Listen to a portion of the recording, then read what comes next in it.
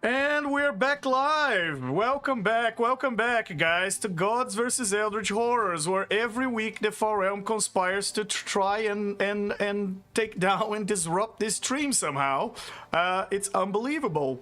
Well, if you haven't ever watched this campaign, this is a D&D 2024 campaigns with a spicy homebrew. In some feats and some post-level 20 progression curve that I added to it. And we collide this D&D 2024 Multiverse with the Call of Cthulhu vibes.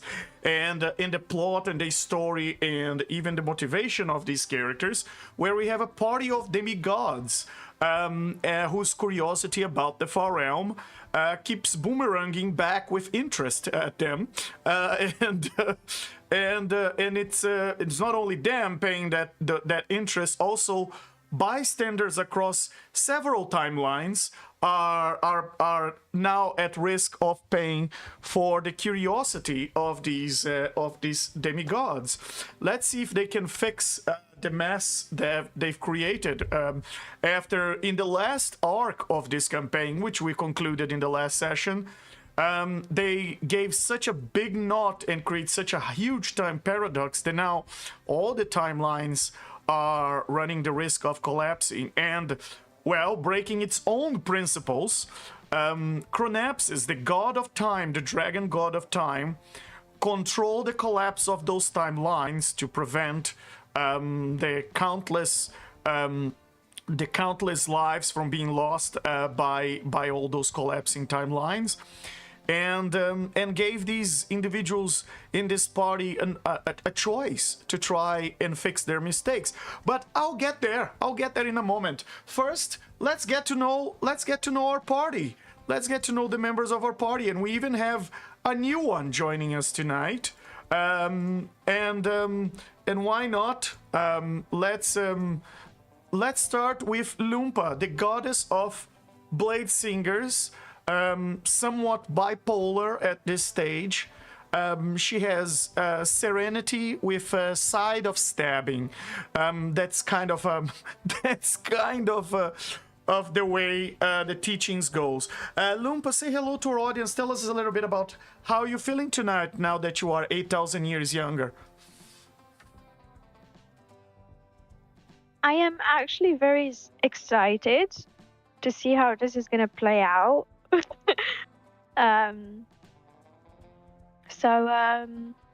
Yeah, I mean, I think the past doesn't know what's about to hit it, so I'm looking forward to playing to see how this is going to play out. Again, I'm repeating myself, but I'm really, really, really curious at this point. Excellent, very well. And then, after our goddess of blade singers and mother of force, we have Ixtihu, our feathered herald of chaos friend, who is growing more and more crazy by the minute, more and more mad, more and more insane with all these shenanigans. He is sometimes bird, sometimes he is a mammoth, sometimes he's a math problem. We don't know what he's gonna turn next. Ixtihu, say hello to our audience. Tell us a little bit about how you're feeling tonight. Yeah, Ixtihu is feeling a bit out of sorts. The whole time travel thing is not making him feel good. It has not gone well in the past or the future. Whatever dimension on the time axis, it has not always gone well for him, and he's a bit apprehensive about the whole gambit. Well, no one can blame him. I would be as well if I was sent 8,000 years in the past, knowing that if I complete my mission, I'll never exist. And if I don't, everyone else won't exist with me. Sounds like a lose-lose type of deal. And he's not feeling great about that part either. And then we have Manny Marco, our god of purity of soul, iron-willed and soul-smith, and he has learned. He has the strange ability that no one was anticipating of learning about scientific devices very fast enough to ignore all warnings about it, and and manage to make even more laces into an already very big time knot. Manny Marco, say hello to our audience and tell us a little bit about how you're feeling tonight. Do you have a little bit of guilt for having messed up with the telescope? Well, it turns out he was too talented for his own good. You know, you don't expect the really religious dude to be really good at math, but apparently he is. But he's also really responsible, so he's going to go and try and fix the problems he's caused. Even if it was, reasonable for him to cause them in the first place. It's dealing with the far realm makes him a bit jumpy. He tends to swing first, ask questions later. But so now he's just going to try and fix the mess that's partially his fault. Okay. Let's ignore that qualifier there, that partially, and just let's pretend it wasn't him by alone that messed up the device that prevented time from looping back in itself again. But yes, it's partially, Money Mark. I mean, if they haven't said don't touch this, you wouldn't have touched, right? Perhaps if they said, could you fix this device for us? Or, hey, do you want to learn about this? Perhaps you wouldn't have been so interested. And then we have the new member of our party, Kiritos, our champion of Chronapsis. He is a mythic platinum dragonborn, champion of Chronapsis and Bahamut. That's why he's a platinum dragonborn. He's not a demigod. He is a sanctioned timeline paladin of sorts, or timeline monk, or basically he has paperwork with 2 dragon gods, and he has a lot of responsibilities, and he's well, you discover why he's here in a moment. Kiritos, say hello to our audience. Tell us a little bit about yourself. Hey guys, I'm Kiritos here. As my gracious DM has said, yes, it's hard serving 2 dragon gods at once. One that wants me to be all good, which I love, and another one that tells me that although I have time, but I have no time at all, I'll be protecting and also looking at all the timelines. I gotta say, if you can bend space, you can also bend time. But if you could go back while moving fast, you could exist in 2 places at once. You've always got to go back in time if you want to move forward. But the reason why I'm going back today is I see certain people have decided to mess with the timeline. And although Chronapsis says that's a no-no, he gives them time for their penance. About a few thousand years that way. I want to make sure as part of my role and responsibility that these 3 do the right thing and what their promise is to Chronapsis while trying to figure this out myself. Very nice, very nice. And it seems that all this time with Chronapsis taught you a lot about quantum physics, D&D quantum physics, which is not the same as anywhere else, because, well, in D&D nothing is Euclidean, and with this. And with this, let me tell you guys what happened in the previous session. So as I've mentioned, in the previous session, we concluded the second arc of this campaign.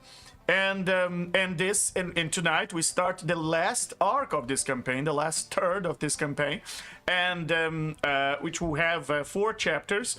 And but before I go into it, the party last session returned to their favorite Far Realm Tavern observatory and peered through Thingamajig's telescopic transporter. Despite the explicit "do not recalibrate" instructions, Manny Marco recalibrated the device and aimed the scope at the Greyhawk portal, where Zane was dueling with his Eldritch counterpart in Zenithil. The team then teleported into the middle of that chaos. And then what followed was a three-way brawl. Their past selves, still mortal, still naive, their Eldritch Horror selves trying to stop their past selves from crossing the portal, and their present selves, our heroes right now, who promptly starting hitting the horrors instead of helping them. Well, it seems that time itself disliked very much of this editorial choice, if you make, and the cherry on top was that Thingamajig was so angry about what they had done to his transporter that he incandescently angry dropped and teleported himself into the same time and joined the fight to become yet another party in this fight, and an all versus all attack where no one knew what side they were on started, and Thingamajig was annoyingly intangible to several hits, and its deep speech promised to he promised after taking somewhat of a beating of the party, he promised to seed their cradle curiosity across generations.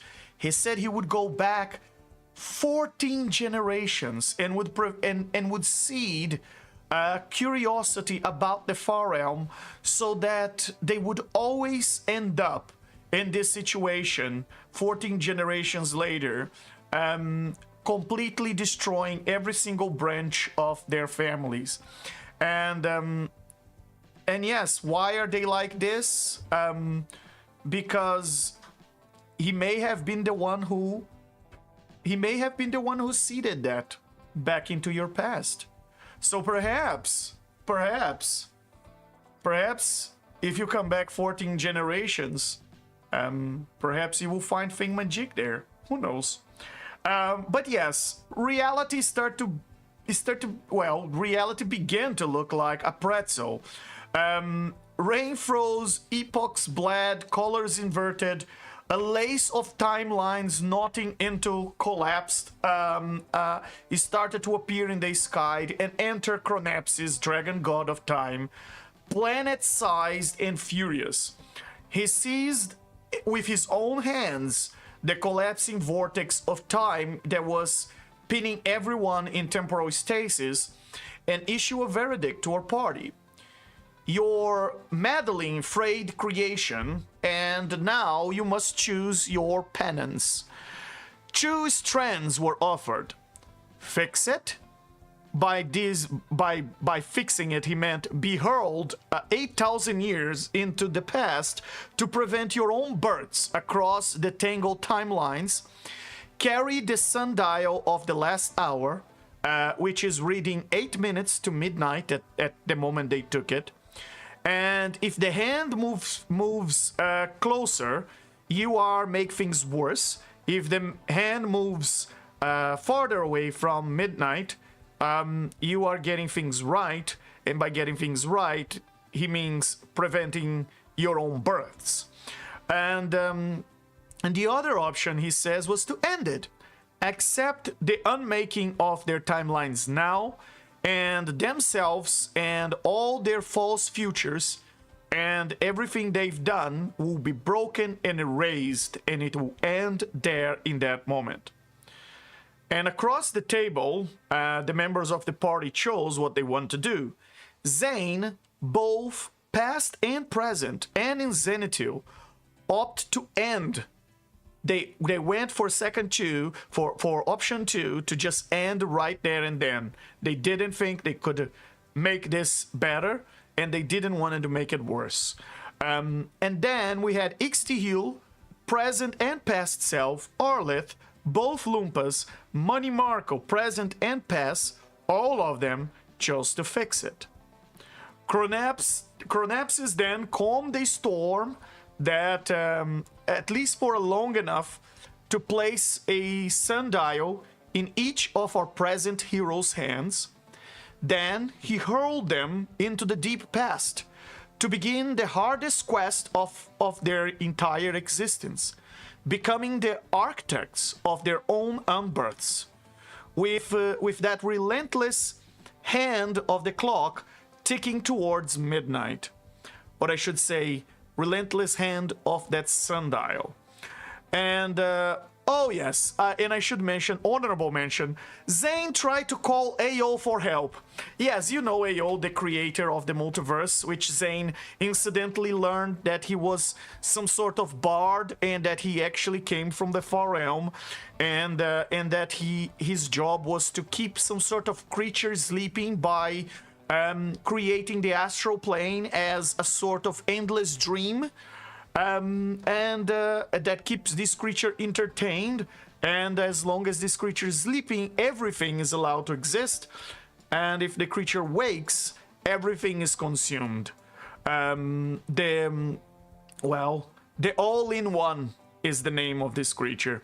An Eldritch Horror so ancient and so far beyond comprehension, that Zane lost quite a lot of his sanity trying to comprehend. And it turns out that the bard, despite Zane knowing his nickname from the Far Realm, does not pick up the phone unless the cosmos itself is threatened. No miracle patch was granted to Zane. And, at least not by AO, but Cronaps is clearly show up to try and fix their mass and trying to control it from propagating and having a snowball effect across even other timelines. And on that note, that's where we start this last mind-blowing chapter, where you were sent back 8,000 years into the past. Location, you have no idea. 8,000 years is more generations than Thingamajig has threatened. 8,000 years is more than you can track in terms of your genealogy. And 8,000 years, you have no idea what is that you have to stop here. The only compass you have is that sundial, or at least you thought so. But before I tell you guys how you arrive 8,000 years into the past, let's tell Karitos what is happening. And oh yeah.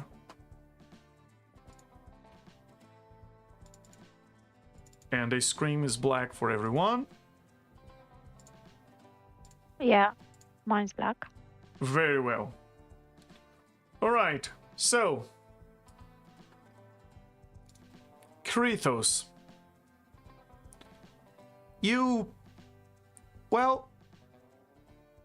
Karitos, you arrive in this poor town.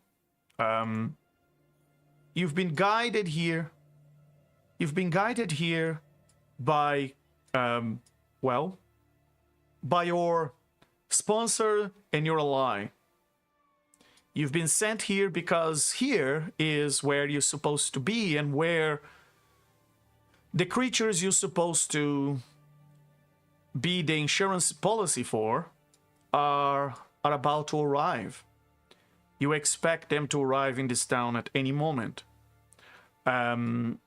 You are early to the appointment. A few minutes. Only enough to arrive at this little square in the center of this very poor village. The sun will be setting in a few minutes, and perhaps it's going to be night soon. You see this, how can we say, this priest-like humanoid, a man wrapped in rags and dirty ropes that stand atop the square's fountain. He seems to be preaching to throngs of common folk. Around you, you see decrepit buildings, some boarded up by a few still sporting businesses struggling to hold on, and the ring that of the square is overflowing with commoners that just keep coming and joining the queue.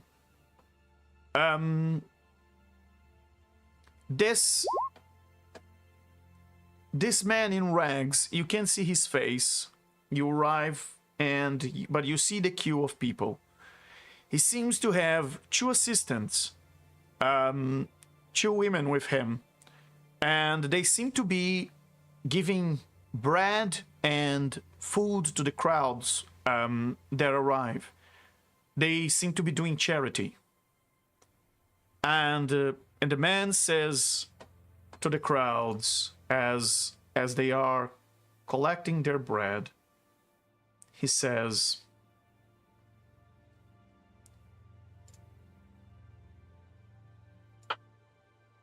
"Listen well, children, for time grows short. The world's end draws near, and the veil between worlds thins. Already, aberrations of the far realm stalk us day and night, hungering for our souls. But in forsaking hope, there is a chance to live in joy for but a little longer. For a little longer, you is still here.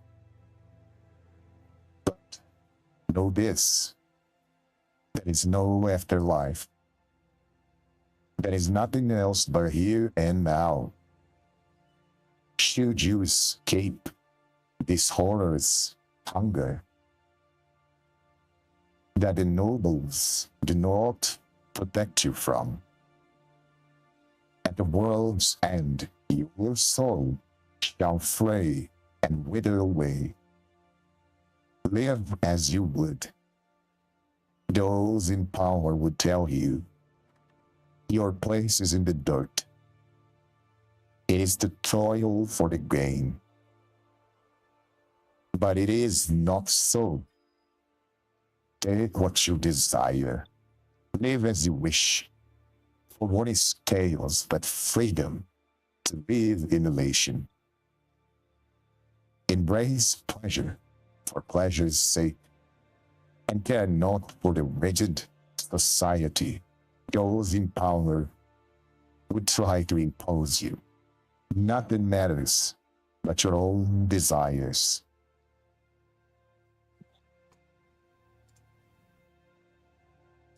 Could you hear that well, Coritos?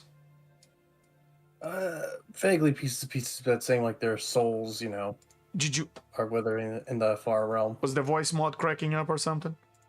It cracked a bit, but I got like half of it. Half of it. Okay, so probably the audience got nothing.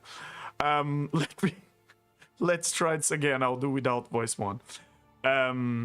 So what he's saying is, listen, children, for time grows short, the world's end draws near, and the veil between worlds thin.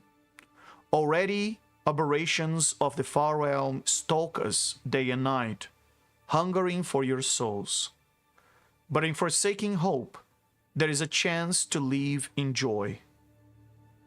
For but a little longer, you are still here.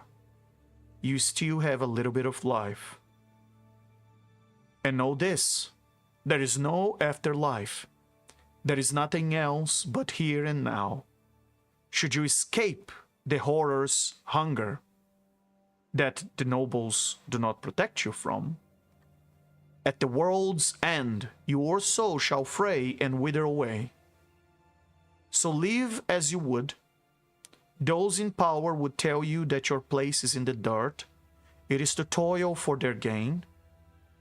It is not so. Take what you desire. Live as you wish. For what is chaos but the freedom to live in elation?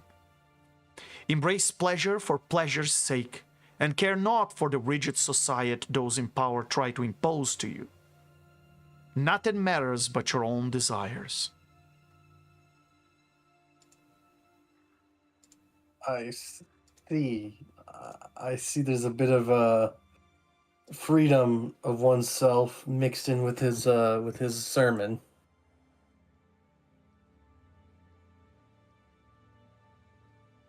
And the Well- crowd, there's a crowd of commoners that are listening and collecting their food and their bread, their little bowl of soup and their bread, being collecting from the assistance of what seems to be some sort of priest, or preach, or prophet, who knows. Whoever this prophet is, he seems to be quite popular, as the crowd seems to be paying very close attention to him. As you look to your left, as you step a bit closer, you see inside the bar, the bartender seems to shake his head no, as he as he listens to what is being said. Karitos, what would you like to do? Well, as I see the bartender shaking his no, and I'll just walk over and I'll listen as well. What else does the priest say as I get closer to everyone? I'm sure I stick out like a sore thumb. Oh yes, you definitely draw the attentions of this priest, and the crowds look at you with some sort of disdain in their eyes, and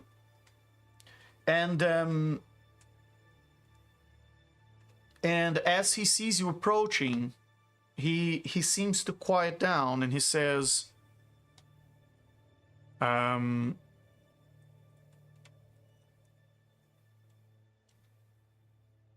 who are you? Would you like to? Oh. Would you like a piece of bread? Are you a lost soul? No. They need the bread. I appreciate you reaching out. Lost. That's ambiguous for me. I'm always on a schedule of time. I'm quite early, actually. So I have some time to utilize before I'm needed in a couple minutes. No, I was just watching your sermon to the helping the people in need. It's nice to see goodwill and charity no matter where I go, especially in a town that seems like it's been forgotten. And he says, do you not see the chains you wear are not forged of iron, but of lies? You see, those in power tell you that order, that duty is the golden light of the afterlives. And these are all lies. All of it spun to keep your heads bowed while they fatten on your labor. There is no judgment awaiting for you. There is no paradise, no damnation. There is only this fleeting breath, this fire in your chest, this moment that slips like water through your fingers. Wasted not in servitude.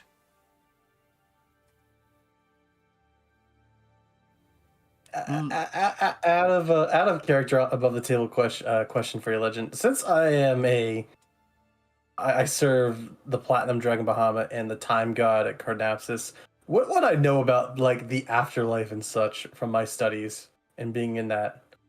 Well, you know what everyone in the D&D multiverse know. You, once you die in the material plane, your soul goes to one of the outer planes, the one that is usually the area where the god you've believed, or the one that is aligned with you, would receive you, and in there you are a petitioner. And a petitioner is a sort of life after life, where you have a completely new life living in an outer plane.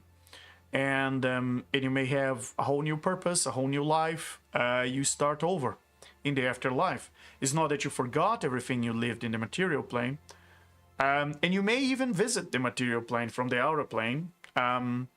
But yeah, if you are in your outer plane, once you are destroyed, then there's only oblivion after that. But yes, in D&D, death is not the same as in the real world or in other games. There are many ways of continuity to you. So fulfilling your purpose to Bahamut and Chronapsis would likely, if you are to find your demise while doing that, you would find yourself in the lands of Bahamut or in the sands around the Temple of Chronapsis in the Outlands, living as a petitioner and starting a new life. Interesting. All right, I appreciate that. That's gonna change what I say. It says, while our philosophies may determine on what is past our destinies and what we do in our mortal lives, I agree with you with the now, the present, not the future. That we do have our actions we can choose, and that we are not bound to chains that we allow ourselves to be. We restrict ourselves of what we want to be. And that I can see resonates with part of me. Ah, look, children.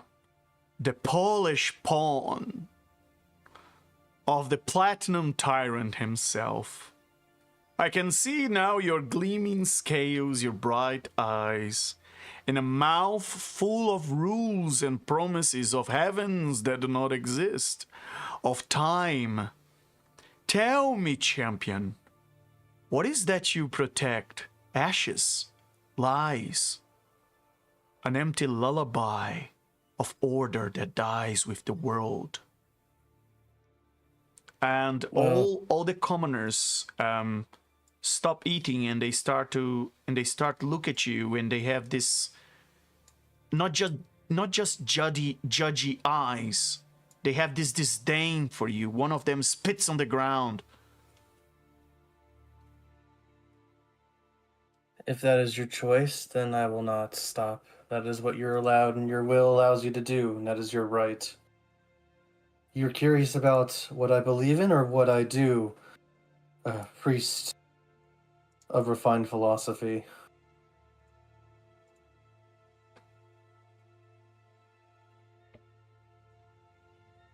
I'm not interested in what you do.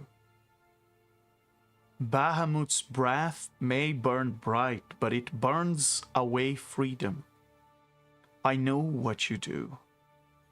Your God would see all bowed to him, all yoked, all made to fit into the neat little cages that he create. But what is a cage plated in platinum, but still a cage? You are not welcome here, champion.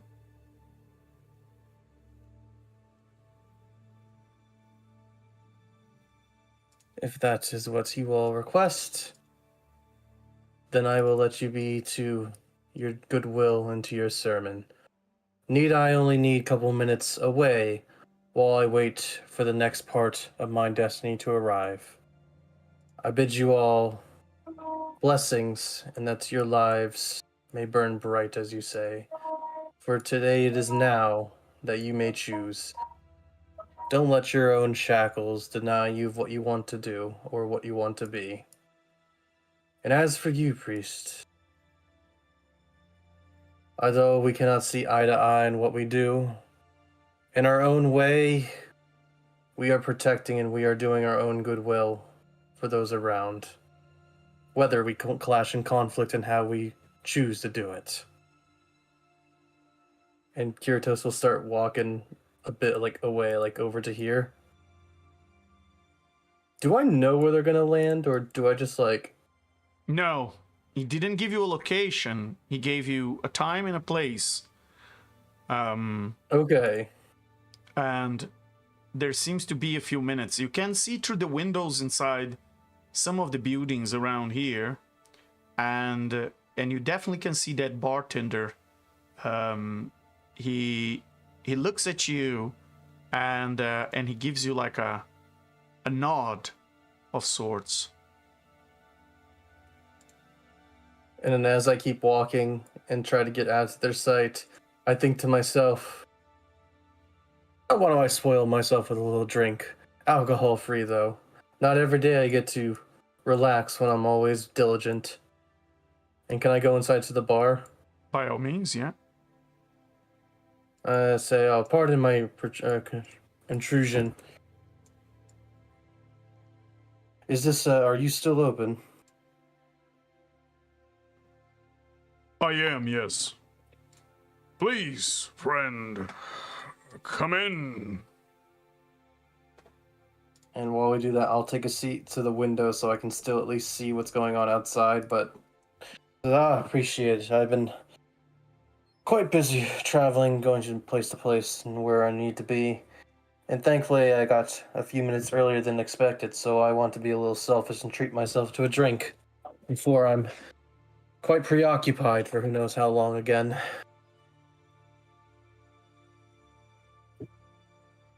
We call him the Doomcaller. He's been coming to our town and becoming quite popular lately. He brings the hell's bells. You two sound like a priest and a jester, fighting over who gets to own the stage, honestly. One says the sky's falling, the other says the sky's eternal, and meanwhile, everybody else is struck and stuck, patching the roof when it leaks. The East Prophet talks about freedom, fine words when it's other people's purse he's eyeing on. And you, Shiny Scale, all your talk of law and justice doesn't fill the empty mugs or pay for the spilled ale or the breads or the soup. You are both out of your depth, but he knows. He knows how to manipulate the people. He knows how to go ahead shouting chaos into the very strenuous order.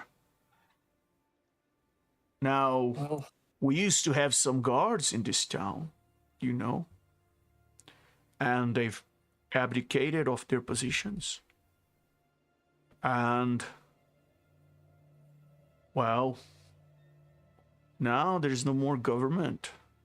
The Doomcaller is the one leading these poor people and praying every day. But one thing's not right.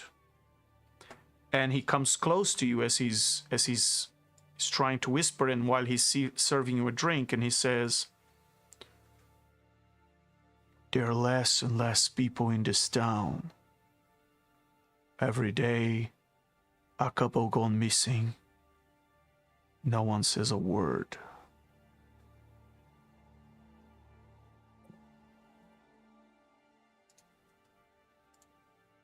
Wow. Quite a scary observation. I know in terms of charisma, many are greater than me, even if we are two sides of the same coin. Yet, some things I'm allowed to intervene with, and others, it is your own free will and what you may allow that must happen. Granted, it is not right. And I agree with you on that, and I say that whisper. But surely, the ones that I'm waiting for will give us the power to when we need to intervene. And hopefully with their decisions, they will not only rectify their penance, but to those around them, give them a better situation than what you guys are stuck to be in currently. What was your name, Sir Barkeep? I'm Grusk. Grusk Tellotongue.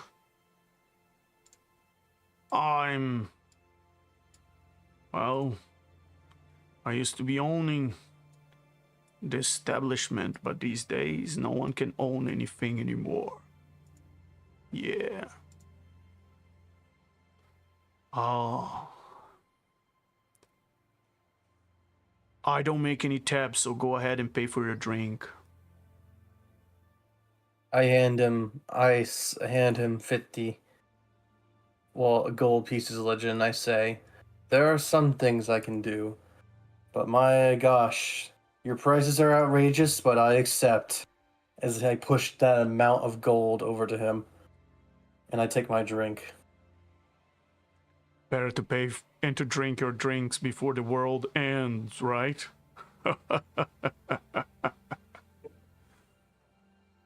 I've been hearing about those aberrations, not just in your town, but many around.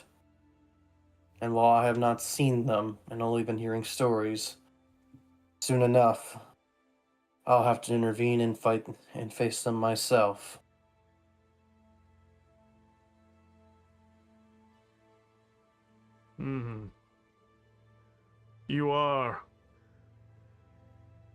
You speak in ways that make me think you're already drunk. People have said that, or insane, and I whisper this, when you have two dragons, one of Bahamut, as my skin shows, and the other that watches over time, your perception of things doesn't become you right now, but over the grand scheme of the past and the future. And it starts to dilute the now, but rather you become the narrator of your own story.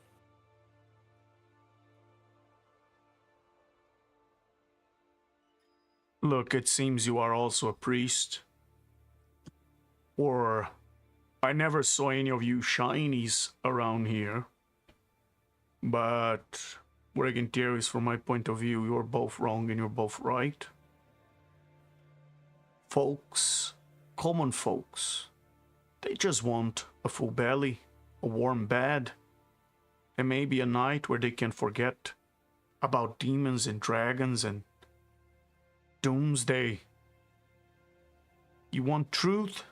Here's some truth for you. The world ends every night when I blow out the candles, and begins again every morning when I tap the first keg. That's as much eternity as much of us get. I don't believe in this kind of complicated stuff, and neither do these common folks. But I'm worried. I've been seeing things. People disappearing. And I feel that the intentions of those doing charity are not always the best ones and the good ones, if you catch my drift. I do. And with the people I'm expected to see, that should be something they and I can look into. I know your life. Sometimes I wish that could be what I do. But with the gods and the things I've seen, sadly I can't snuff out a candle. For me. Sometimes it feels like eternity, without an end and beginning. And he continues to wipe the tavern and table, and he's wiping drying the glasses and so on. And suddenly you hear a commotion outside, and this massive flash of light starts to illuminate everything outside, and and you hear the commotion, and you hear the priest, the doom scholar, saying, "Behold, the veil tears, and from it, as I say, it will spew the carrion thieves of eternity. See how they crawl from the wound in the world, cloaked in false flesh. Fiends, aberrations, they come to gnaw your souls until nothing remains. Proof of every warning I have ever cried." And as he says that, Karitos, you approach the window, and outside you see this massive sphere of light that is appearing to the north, and the priest starts to call that as part of his prophecy, as this prophet. And Lumpa, Money Markle, Ixtihil, the three of you see yourselves surrounded in this field of energy. As the light of this field of energy, it starts to becoming, well, it starts to weaken more and more, and starts to becoming more dim. Eventually it dissipates, and as it does, in a vast exterminator coming from the future style, all three of you, kneeling, one knee on the ground, stand up, and the only difference is you're not naked, and and the three of you stand up, and in front of you, you see this poor medieval village, just like many that existed in your time. You see a number of commoners on a square in front of you, and on a little public square with a big fountain, and what seems to be some sort of priest pointing his finger at you, saying things that at the moment you can't quite hear. It's inaudible for whatever reason. You've been having this high-pitched noise in your ear, and also a sudden sensation of wanting to hurl. So please, roll a Constitution saving throw for me, the three of you. Okay. Well, at least you're in his aura. 45. Excellent. Look at that. You start with was that a nat 20? Yes. You start with inspiration. I already And- start with one of those. Did somebody else want it? Lompa, I'll take it if no one else needs. I would if no one else needs it. Oh, is it who you said it? You need it? I mean, I don't have it Go for it. currently, Go for but it. Yeah, you said yeah. it first. Don't worry. I understood that All right. you have already. Thank you very much. And suddenly you start to hear the words as the priest points to the three of you, and you see the commoners booing you, and they start to grab rocks on the ground. Some of them start lighting up torches, and you see this bunch of commoners. One gets a pitchfork, and they all start to shout at you, and you don't quite understand. You can see their body language, and it seems that this priest is accusing you of something, and you don't quite understand. And he says, "Behold, the veil tears, the wound I warned you. Come out from your houses. Come out to see what the rift yawned open. Do you see, children? Do you see? From the rift crawl the very fiends, the very aberrations I spoke of. The gnashing shadows, the aberrant hungers that writhe in the dark and beyond our world. They wear no crowns, they wear no crowns, they sing no hymns. They are worshipped by the blind and the damned. These are the false shepherds, the carrion lords, the eternal debt collectors who come to feast on your souls and grind your bones into mortar for their endless void. Look into their eyes. There is no mercy for you, no promise of paradise, no reward for your labor, only hunger without end, only madness without meaning. And them, they would have told you to bow before them, to cling to false prayers as you are devoured. No more. We must stand. We only have the now, and I tell you now, these are no gods. These are no angels. They are the proof that nothing waits for us beyond this fragile shell of life. And that is the part of the speech that you hear. So many Marco, Lumpa, Ixtihul, the three of you are a bit confused of where you are, what you're doing here, why is there a priest pointing at you, but Karitos, that's your cue. Seems like this is exactly what you've been told to wait for. Quick question. What is the lighting situation here? Are we in like is it like full-blown daylight, or It's not full daylight, you are just dim light situation? Yeah, it's dim light. The sun is almost setting. You're probably about 20 to 30 minutes from the sun setting. Okay, as that guy is talking, Ixtiul is going to instinctively just turn himself invisible. It's not dim light yet. I wouldn't. Very well.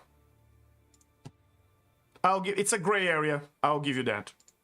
You turn yourself invisible. All right. And that just ignites all of them, and everybody just goes, I told you! Fight them, spit at them, laugh as they bleed if you must. For better to die with your own joy in your heart than to live as cattle, fattened for their banquet. You see the truth before you now, the world's skin torn wide, its infection crawling free. They are here, the heralds of the end, and I name them what they are: horrors, aberrations. And before he finishes the sentence, I'm just gonna cast command and just say silence. Go ahead. Alrighty then. I hope he's got high wisdom. Very well. And Wait, why is it second level? That's supposed to be first level. Whatever. The effect does not change. And he passed. He passed 24. Yes. That's fucking wild. And as you say silence, he says, you don't command me. You don't tell me what to do. I am freedom. You see the truth before you now, my children? The world's skin torn wide. Do you see it? These are the horrors. These are the thieves of your breath. The thieves of time. Watch, children. Watch and remember, I was right.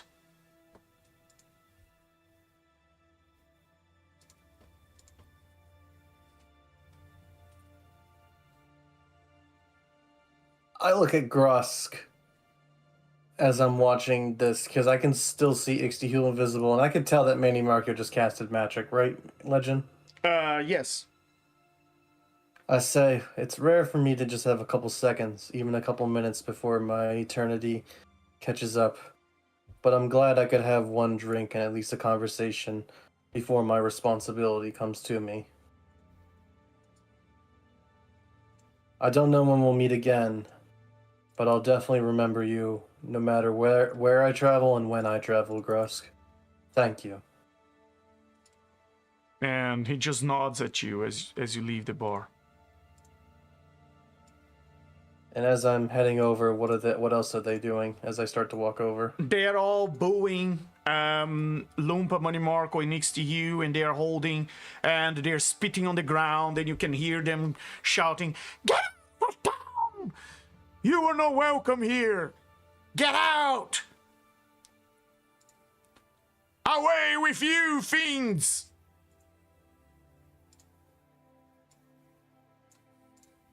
And you can see more people crawling out of the houses and come to see what the commotion is about. As more of them start to arrive, and you can see the commoners, and you can start to see the influence that this priest has in this town. It does seems like the town is following him, and what the bartender had told you that the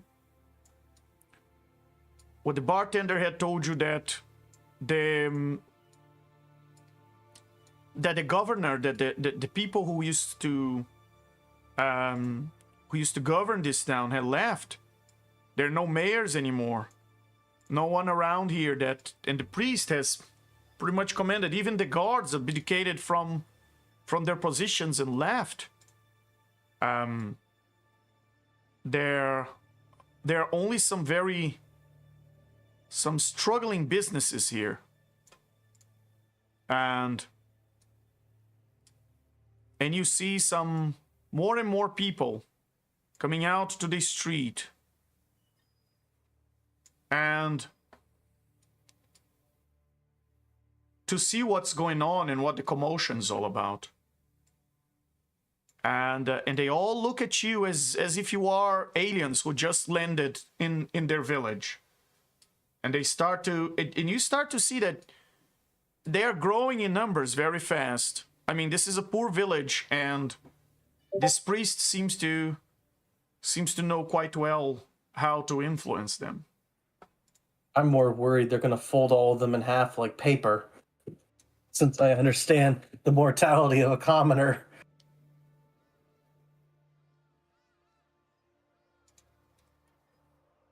As I walk over, are you three doing anything else?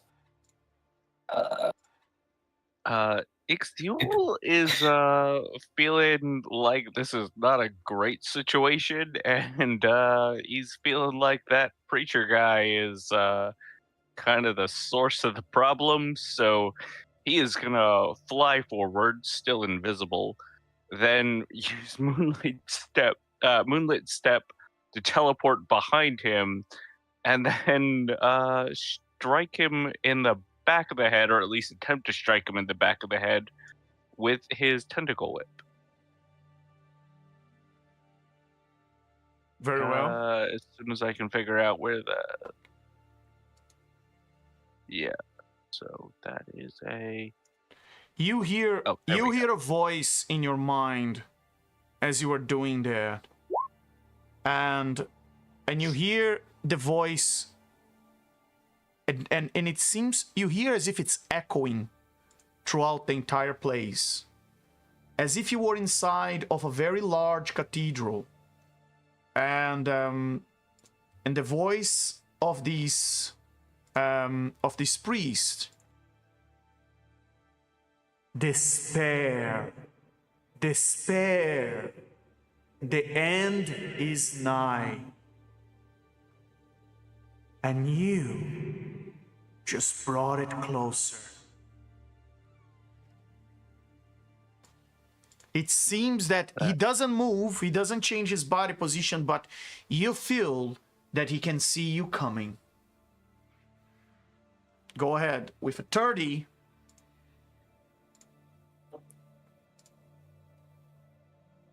And Does it that hit? it does not. All right. Okay, he's just invincible. Got it. As you Because, attempt to, but after, as because you, I- let me explain because- what happens. As you go with your tentacle whip, your invisible tentacle whip, to hit him, you notice this invisible barrier that stands in between you and him. You know that very well. You've seen so many times. He somehow cast shield and blocked your tentacle. okay. Here's the fun thing: is that because I used Moonlight Step to get to that position, I actually make that attack with advantage. So Excellent. Roll again.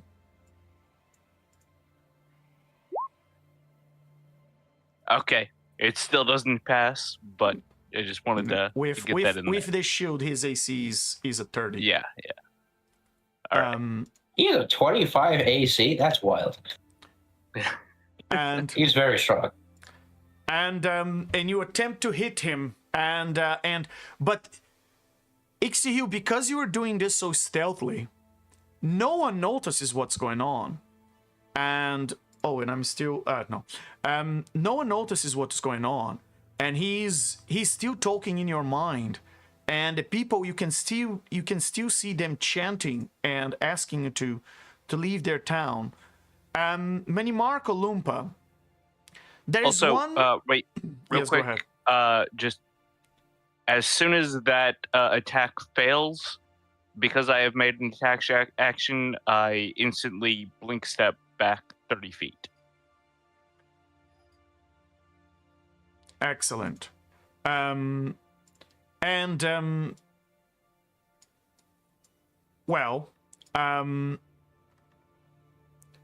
As you are, as you just attacked him, Ixtihu, and he made it look like nothing happened to all these people.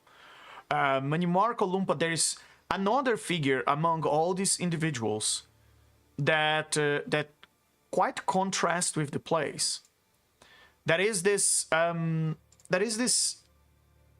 shiny dragonborn, shirtless, very shiny, with white hair, tattoos on his body. He doesn't seem to belong to the scenery here. He's very out of place. And he seems to be looking at all of you with interest, and he seemed to have followed Ixtihu as he attempted to attack the priest.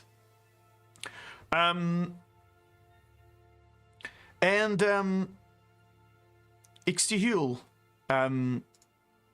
the priest continues to shout, and his voice echoing through the village, and more commoners continue to come to see what is happening, what is all this commotion, who is messing with their priest. And the more they arrive, you start to see rocks being thrown at you from directions you don't know where they're coming. By you, I mean Lumpa and Manimarco, because they can't see you. And you start to see them. People here really hate you. They want you out of their town, or they're starting to.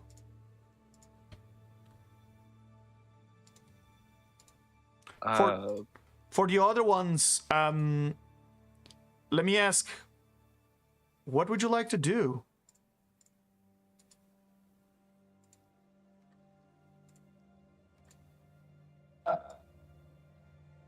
Well, I'm trying to decide. Metamarco's just slowly getting more annoyed at this. So it's just a matter of deciding when that annoyance turns into, righteous fury. As he tends to be his default response to, problems. And Manimarco, the problem here is that you don't see evil in these commoners. You see poor people being manipulated by a cultist who is feeding them.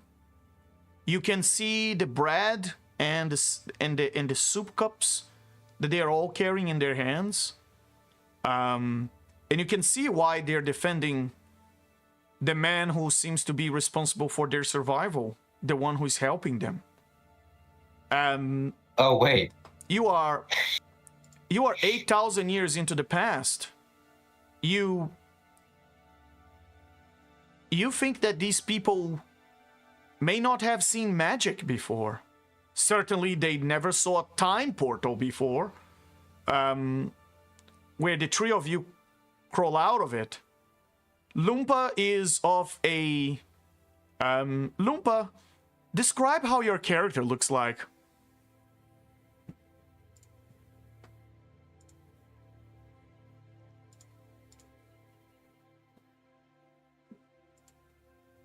Lumpa, we can't hear you.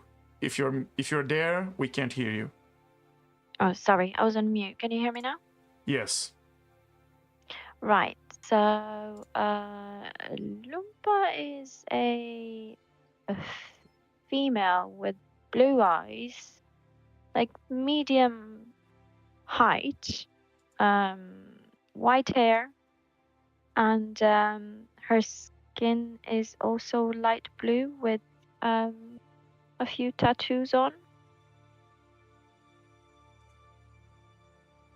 Very well. And how these goddess of the blade singers behave? How is she? Does she behave like a commoner, or does she behave like a demigoddess?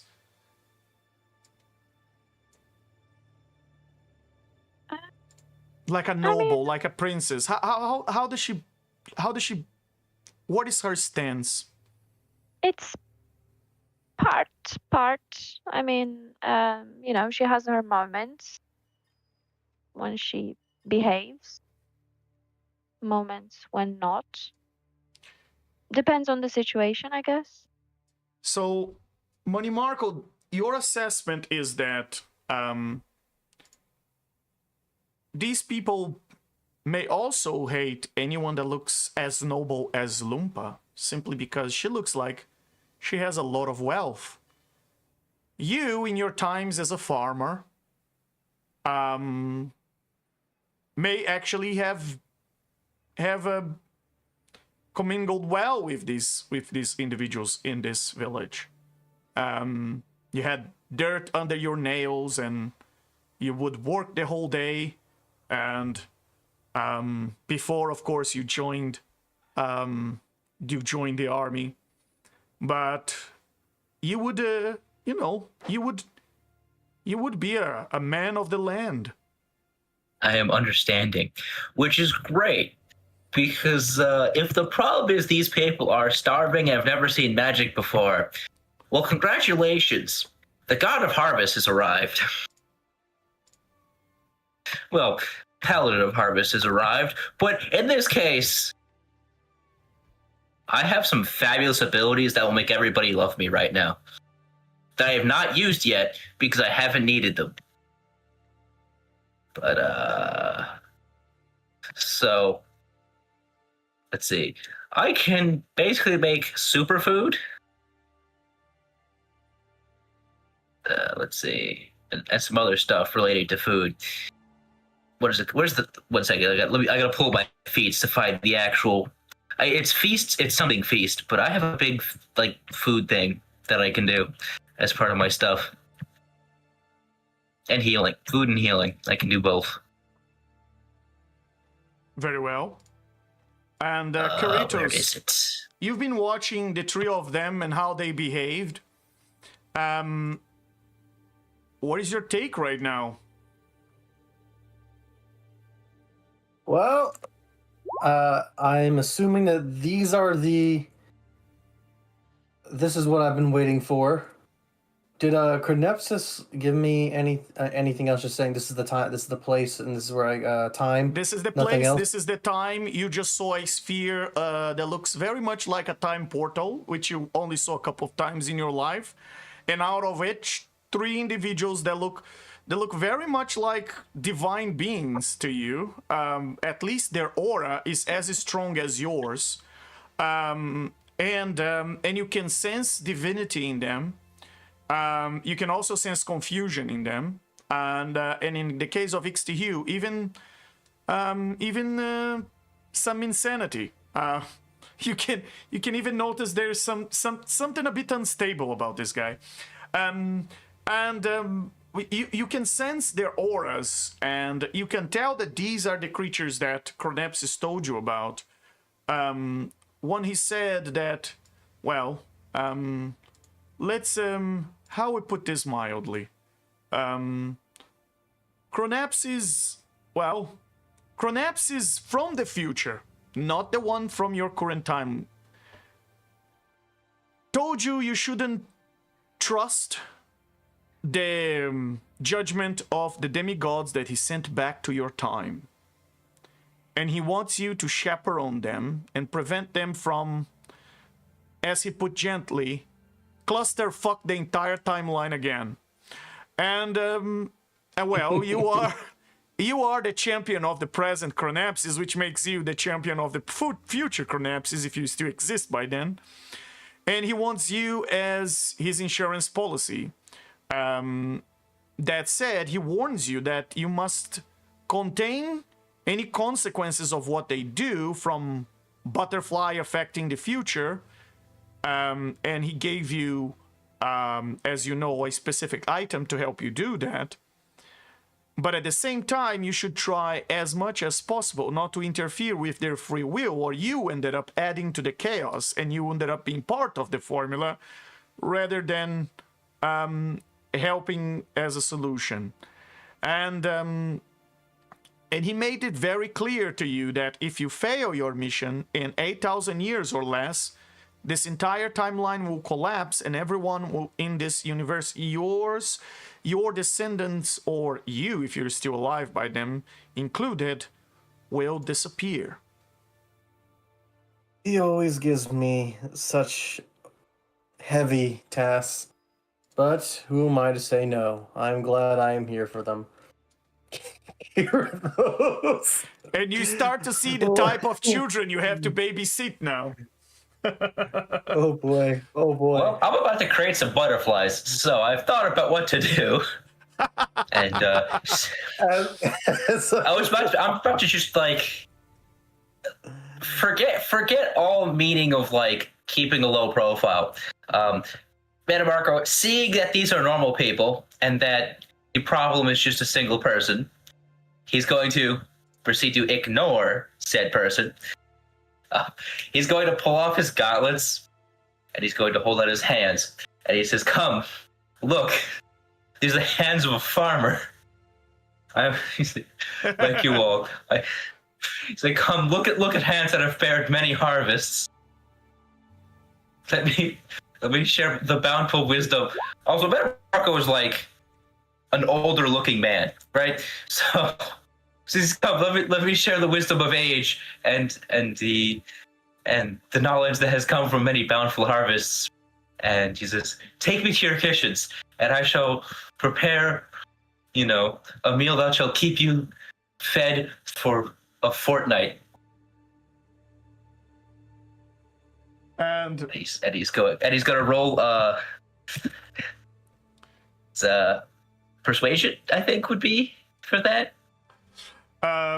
yes, by all means, roll persuasion. That's a 20, but I have inspiration, and I'm gonna roll that again. Very well. So, over the course of That's a 33. The oath, very well. You are very convincing, and some of the people realize you look very much like a farmer or a human that just got very rich and very wealth because your armor is very, very fancy. And Not particularly.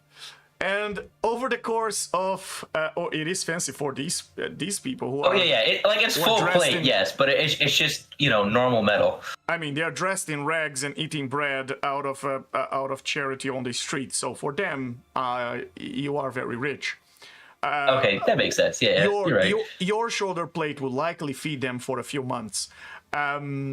Over the course of so let's talk about your power. Over the course of an hour, which can be done during a short rest, you can magically augment a meal, mundane or magical, for you and up to 9 other creatures using 25 GP of rare spices and 25 GP of diamond dust. Once consume a creature that partakes of the on this feast, gain the following benefits. The creature has advantage on con saving throws, has resistance to poison, is immune to frighten, and gain 2d10 temporary hit points. After you use this feat, you can use again until you finish a long rest.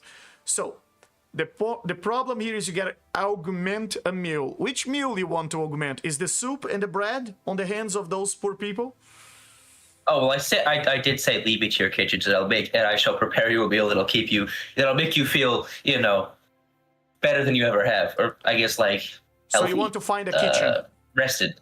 Yes, he did ask them to bring him to the kitchens, and I'm sure I have rations and whatnot that I can add to this. Yes, and you could, yeah, you do have rations.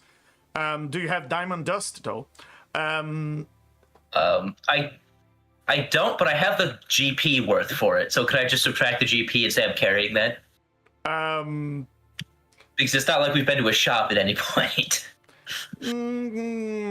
I'll think about it. You can roll persuasion against the DM.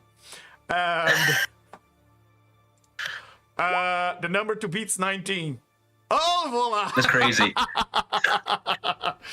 Very well, you can do with the GP. You still need to find a meal to augment, though. And as you were saying all of that, and he realizes you are kind of convincing some of the common folk. Not all of them. Most of them are still shouting at you and saying, "Get out of here and go away from our town. You're not welcome here," and this sort of stuff. The priest says, do you see, children? Do you see? Do you see?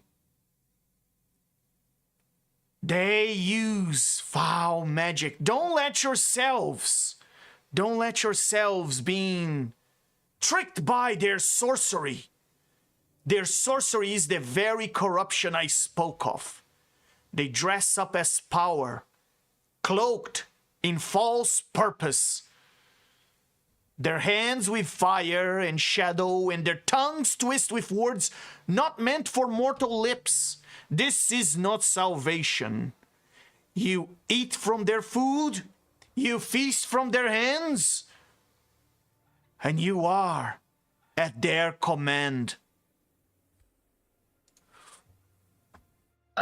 Well, he wants to play the sermon game with Mana Marco. We can do that. Very well.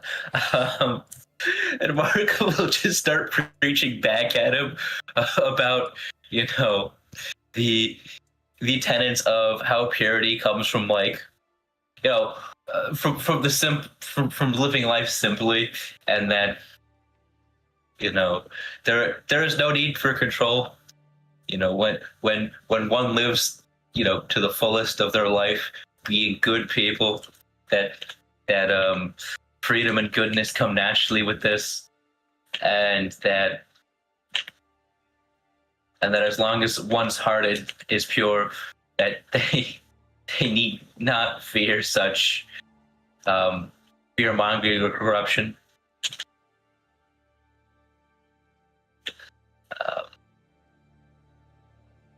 Minimarkle, roll a survival check for me.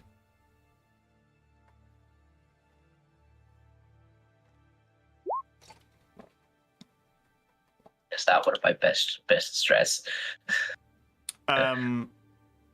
You look around, and you don't quite know why yet, but these mountains in the distance, the moon starting to rise in the sky, starting to appear out of the clouds as the sun grows weaker. It all feels strangely familiar, like a déjà vu.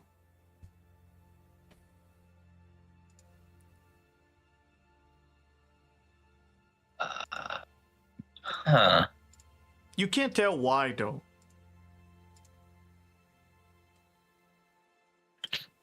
Marco is going to do what every person who has one of these feelings in a horror movie does, and go, that's strange, but I'm in the middle of something.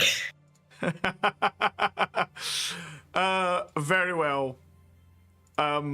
Money Marco, as you are trying to convince these people with your speech, you can see that while some of them may have been inclined to believe you, and Kiritos, you have the same impression. While some of them may have been inclined to believe you, they believe the prophet more now because, well, the prophet has been feeding and taking care of these people for so long. And while they may be hostile towards you, that doesn't necessarily make them bad people. They are afraid, they're hungry, and they're standing on the side of the man who's protecting them. And yet, Ixtihu, Lumpa, to the both of you, this guy is incredibly suspicious. Well, in all fairness, everyone is suspicious to Lumpa. Ixtihu, this guy is even more suspicious to you because you try to attack him and you could see that he can cast powerful magic and that he seems to be quite powerful. I'm sorry to interrupt, but could I use I don't know, roll insight or something on to see whether the prophet actually believes what he's saying, or like if he's lying or exaggerating things? And You want to look into his eyes? no, to roll insight, for example, to see whether he's exaggerating or lying things on purpose.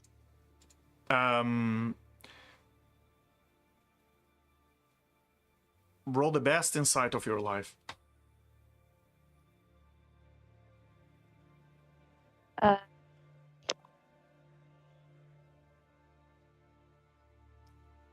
Oh, that's close enough. That's not close bad. enough. That's not bad. That's not bad. It's almost a net 20. Literally. Very well. You are under the impression that this man is a fervorous religious or almost religious person, although he doesn't believe in religion. What he's preaching is anarchy, is chaos to these people.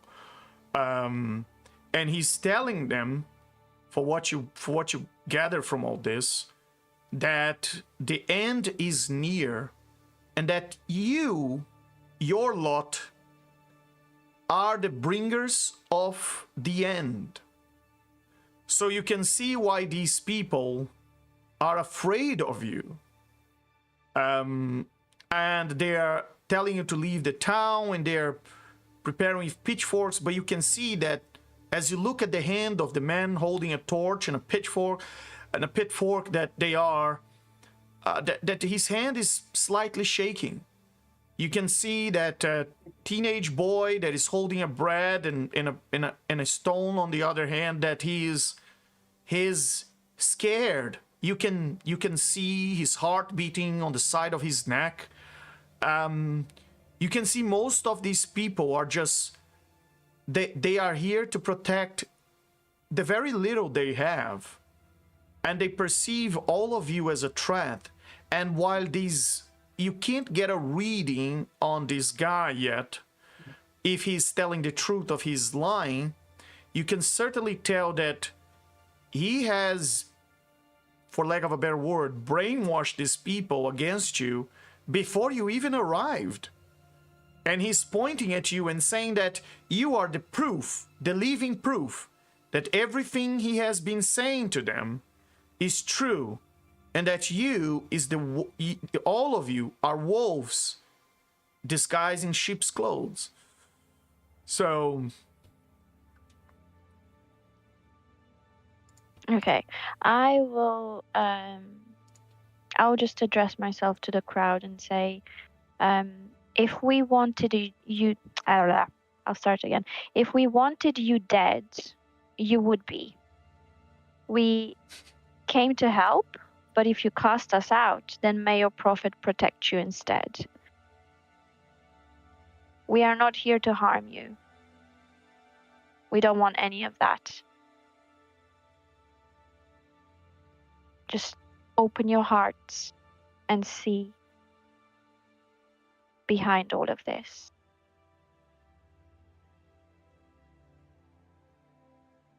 and Caritus, let me ask, what is your? You've been watching all this. What is your reaction to this? I'm gonna need a drink. I'm just like Kiritos is reading the room here and going like, yeah, that priest has him under his thumb. And I could see them trying to talk some logic. But when I look at what physical evidence that these commoners have seen, that now is not the time, and I'm going to try to introduce myself to them afterwards, that we need to handle that priest needs to be handled on his own without all these commoners that he can use as shields or hostages. And Kiritos will walk over, and as he's walking over, he'll also whisper to the bird. He says, "You know, I can see you as well, but please come with me. Yeah, Krenepsis sent you, didn't he?" And then just gonna keep walking over. Say, "Oh, greetings, greetings, greetings.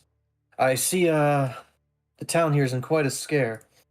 I'm Kiritos, and I see you've arrived at the wrong place at the right time." As I try to say that subtly, when I say right time, I give emphasis on it. But I don't think we're being welcomed here.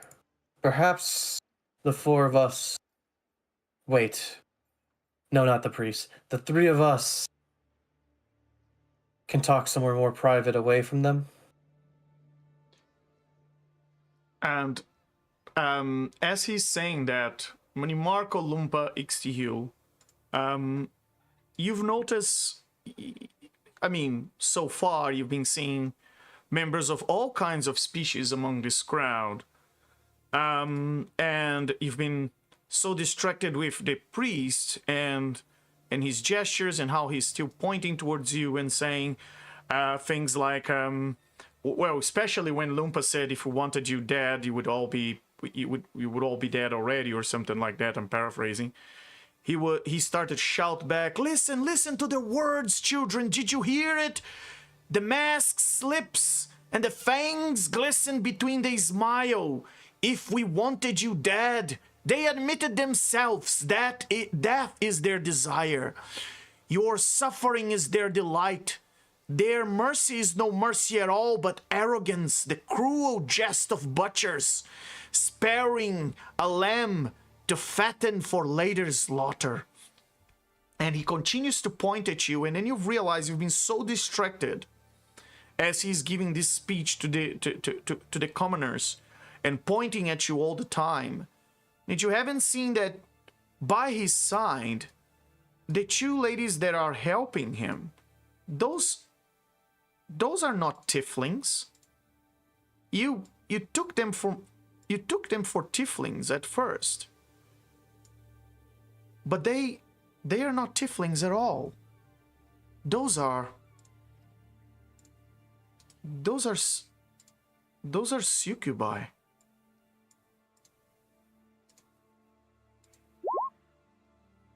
Dressed as commoners.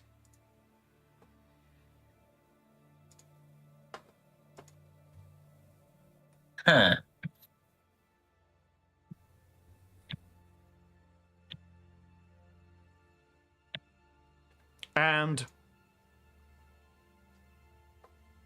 And they, I mean, they are not in that attire, but they are dressed as commoners. You can see their Oh. real form, but the commoners likely can't.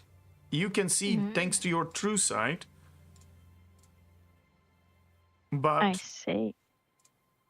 but not the Oh, commoners. that's going to be a problem. Like an immediate problem. Oh, those are demons.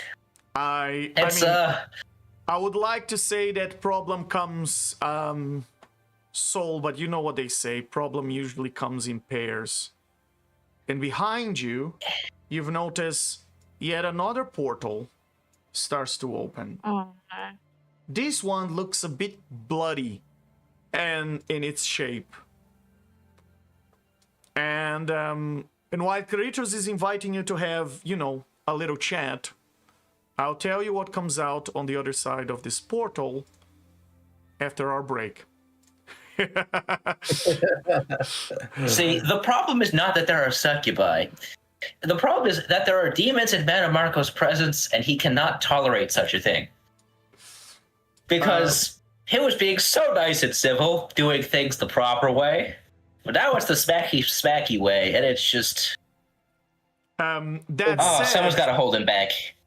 the man that is talking to you is it's the form you see is the form you see. But the succubi, indeed, they look. You've realized. I mean, at first you thought they were tieflings, and you've ignored them, and they are dressed in common clothes. But after paying a bit more of attention, you've been here for a while now. That's when you realize. I'll leave you guys with that, and I tell you what comes out from the portal.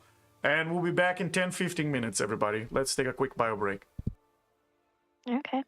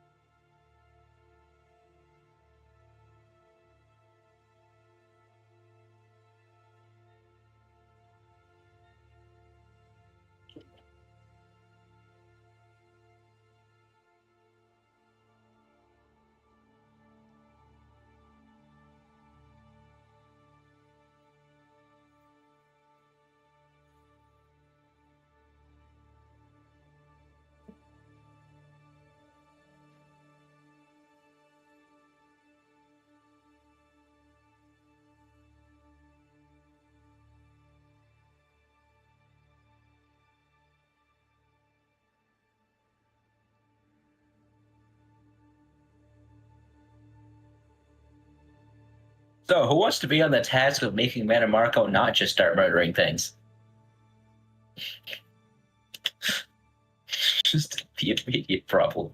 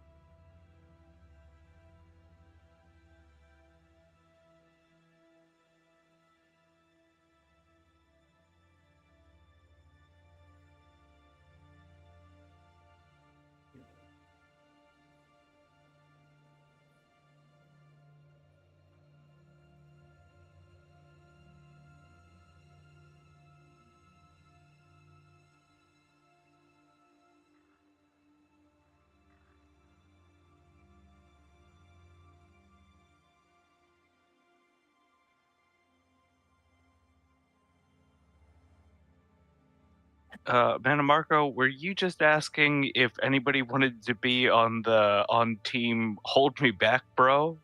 Yes, that's exactly what I've asked. I mean, I'd love to help you out there, but I'm pretty sure that the problem with that plan is that Ixiul is already like 20 feet closer to the enemy, and he's gonna be like face first into killing things by the time you even get started on trying to be needing to be held back. Oh yeah, no, it's sort of the hold me back, but you know, man, Marco is the biggest person in the party, I believe. So I don't think anybody realistically can. Yeah. Yeah. If you're looking for someone to persuade you not to charge headfirst at the enemy, Ixiul is not gonna be your guy because he is batshit crazy to begin with, and also already angry that this guy has been so resistant to damage. And now he's just gonna go ham.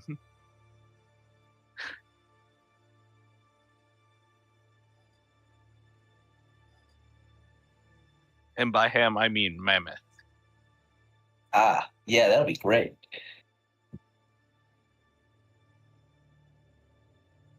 Just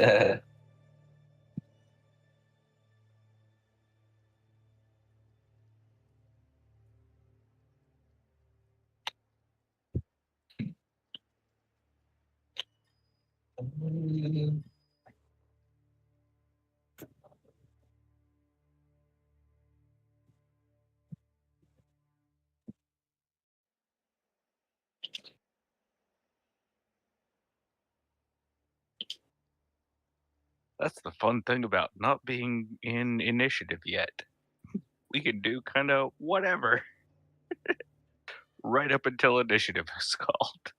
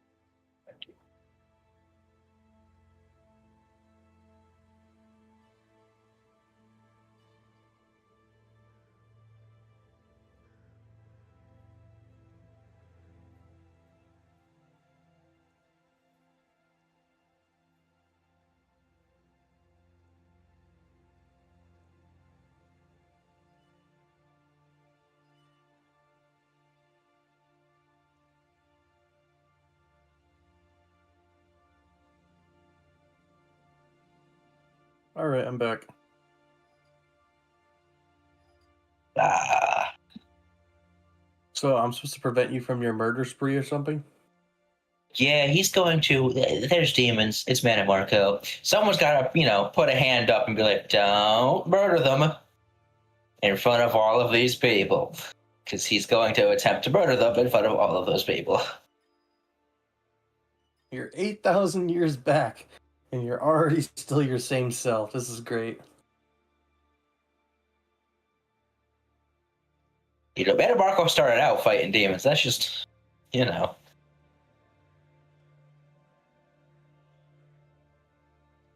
Look, you'll be able to get to fight some of the ones you fought before.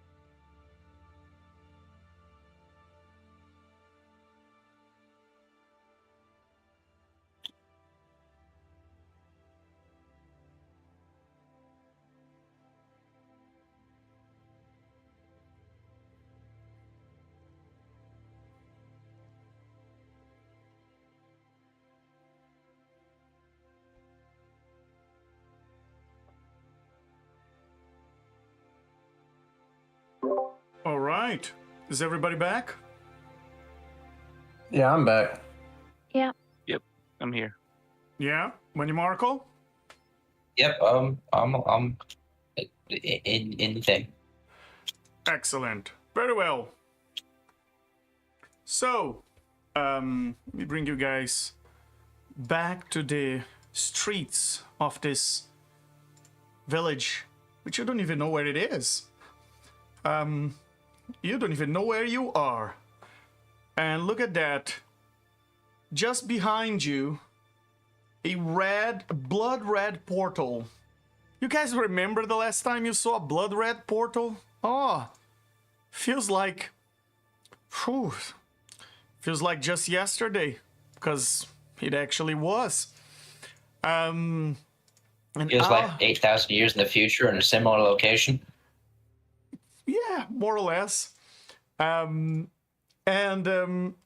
look at that. Coming out of one of these portals is definitely something you were not expecting to see. I mean, you can't really understand exactly what it is. It looks like a mix of a lot of things. And as that thing steps out of the portal, you see the shouting and the preaching from the prophet on the fountain intensifying. Do you feel the earth tremble, children? Do you smell the rot in the air? That is not my hand. No, this is the stench of their corruption. They, the interloper, the so-called saviors, spilling through the veil. It is their presence that steers the abyss. Look what they drag, crawling horrors in their wake like maggots, clinging to a corpse. Do not be deceived. They will cry innocence. They will cry virtue. But look already. The sky boils. And as he says, the sky boils, the sun starts to set. And this orange tint hits the entire sky. And he says, see? That's the omen of the end. That's the omen that comes with their arrival. Already the ground splits beneath their steps. It is not I who call these wretched forth, but they who are bound to them, who are marked as their kin. Their very breath invites the aberrations. Their very shadows are doors for fiends to crawl through. And yet you see how brazen they are. They stride from the portal with feigned valor, as though they not drag the nightmares behind them like a funeral cart. Children, remember this. When the world breaks, it will not be by prophets or truth speakers, but by those and by these who are hollow champions, who wear the righteousness like armor and bleed corruption wherever they go. Could I so I'd want to try something. Yes. First would be, well, a couple of things. But first would be to use, I don't know, religion or history or whatever you think is best, to kind of like tie our arrival into their prophecies or whatever legends or religious beliefs these people might have, so that we're basically part of their world instead of like an alien threat. As you So that would be one. explain Yeah. again what you're trying to do, because as he's screaming this, there is this strange aberration-looking creature coming out of the portal and flying about I know, 15 feet up in but the air. it's basically I'm trying to tie our arrival to their religious beliefs, their prophecies that they have. But you don't. In You a don't really good know their way. prophecies. I How do you know, suggest you but do that? exactly. But I'm just guessing that we're like here to help their population, kind of thing. I'm just like relying on that, trying to rely on that at least. Well, let me put this way. What you heard so far is that this guy's pretty much telling them that you are the four knights of the apocalypse, and you are here bringing doom. And now a bloody portal just opened behind you, and he's accusing you of being the one summoning this foul aberration, demonic creatures from the abyss. To come and suck, and this creature seems Okay. to be hostile to everybody, including you, in all this innocence. Okay. So then you told us that those two creatures that are there to help him, I can't remember the name that you said. Could I use dispel magic? So to basically show their like true self, to kind of like show the other people who those two ladies are in reality. The succubi, so they are using Yes. An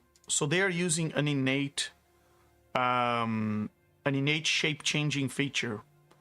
So And dispel magic would not really help in this situation.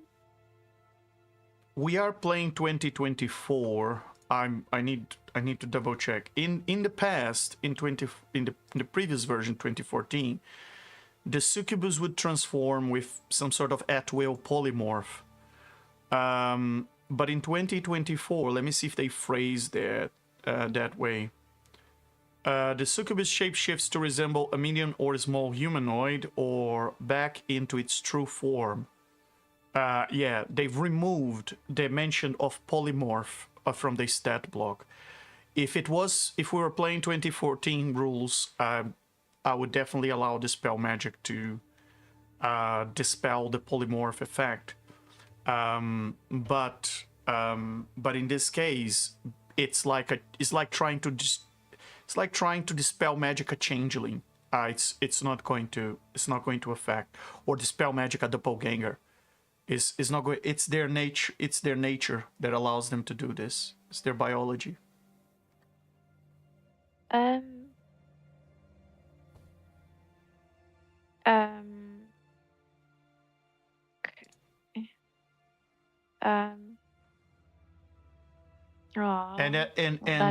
because you are so well read, and succubus are so very common thing in the Nine House, and you are good friends with Asmodeus,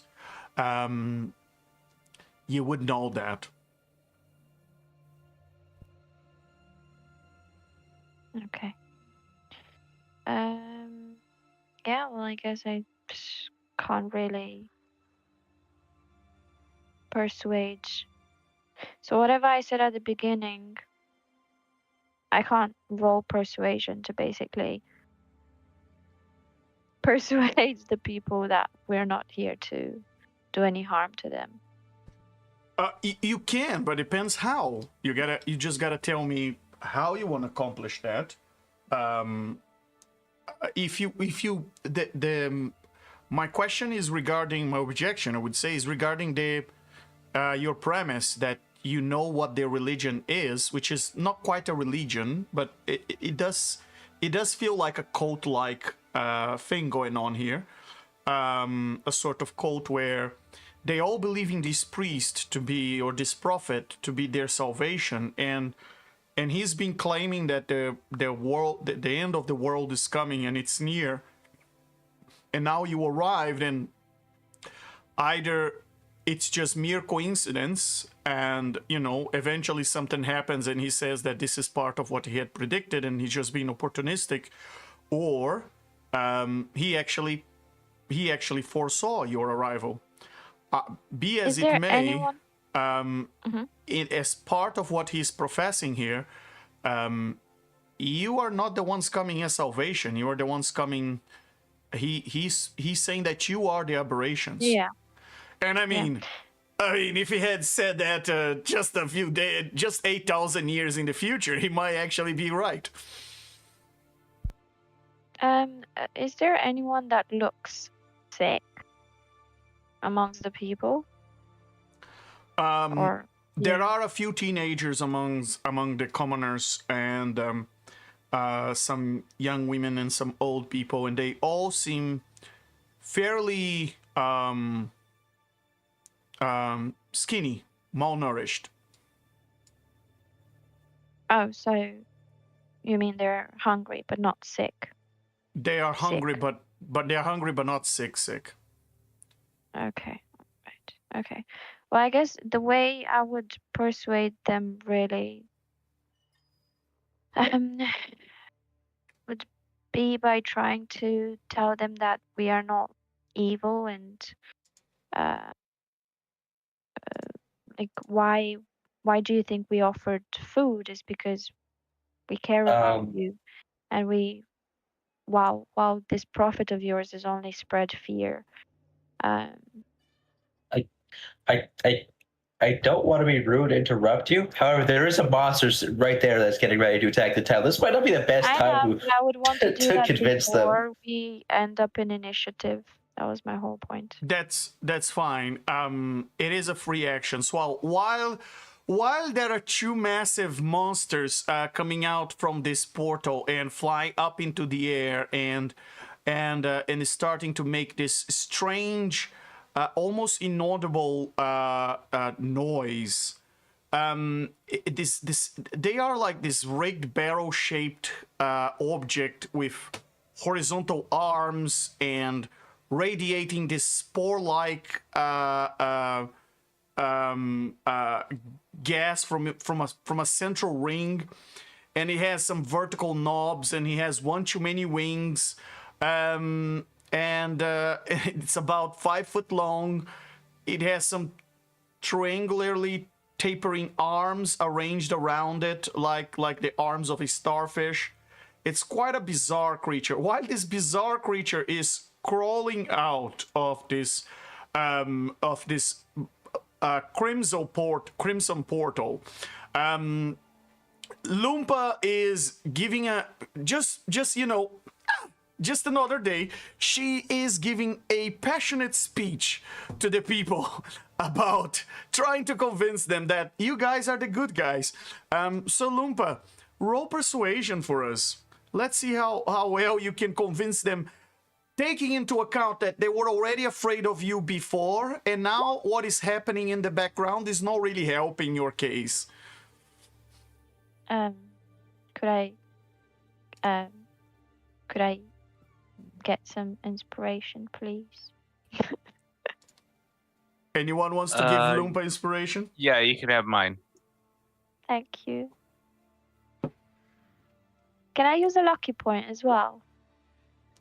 Sorry, I rolled. I said it before I rolled. Almost at the same time. Very well. Go ahead and roll of advantage. Yes. On my thing. Very well. I was just about to be a net 20. No, I guess still the other one. 29. Very well. You do your best, but the background is really not contributing to your case, particularly because if they were scared of you guys and you look quite normal, you can imagine how they're scared of these gigantic flying triangular-shaped creatures with four wings and tentacles and weird eyes. And tendrils and I mean, tell me a piece of a body and it seems like this creature has it. And it has that star-shaped face and whatnot, and those creatures are coming out of the portal, and you can see a third one also heading out as the two start to fly, and they fly above you. about 10 and 15 feet. And while those two start to head towards the populace and the common folks, and they start to get panicky and scream, and a third one start to come out, the portal behind them closes down, and the prophet, while people are screaming, he says, "Yes, fear them, fear what they bring, for every spark they conjured, 1,000 shadows answered. Every word they speak is a nail in your coffin, is a nail in the coffin of this dying world. Did I not warn you? Did I not tell you the end would come, cloaked in false miracles? And now it stands before you." And as he says that, the portal disappears. And in the middle of this mess, I'm going to ask you all, as you can anticipate, to click on your tokens and roll initiative. To notice that Yeah. the immediate danger here is not just to you, but to the innocent bystanders that stand around. I will tell you one more thing about this entire shrubbery that is happening here. Minimarkle, you had that sundial near to your belt, kind of attached to your belt, and you just look down at your doomsday sundial, or the sundial of the last hour, or however you want to call. And the hand of the sundial is now 7 minutes to midnight. When it gets closer to midnight means it's Don't bad. die. It means it's bad. You started at Okay. 8 minutes, and it's now Okay. 7. 7. I'd have a question about this prophet guy. Can anyone see his face, or is it just a photo of how you... So far, you haven't been able to see his face, no. And okay. Okay. I'll just say, don't worry, we will save you from these creatures. You see, contrary to what your prophet is saying.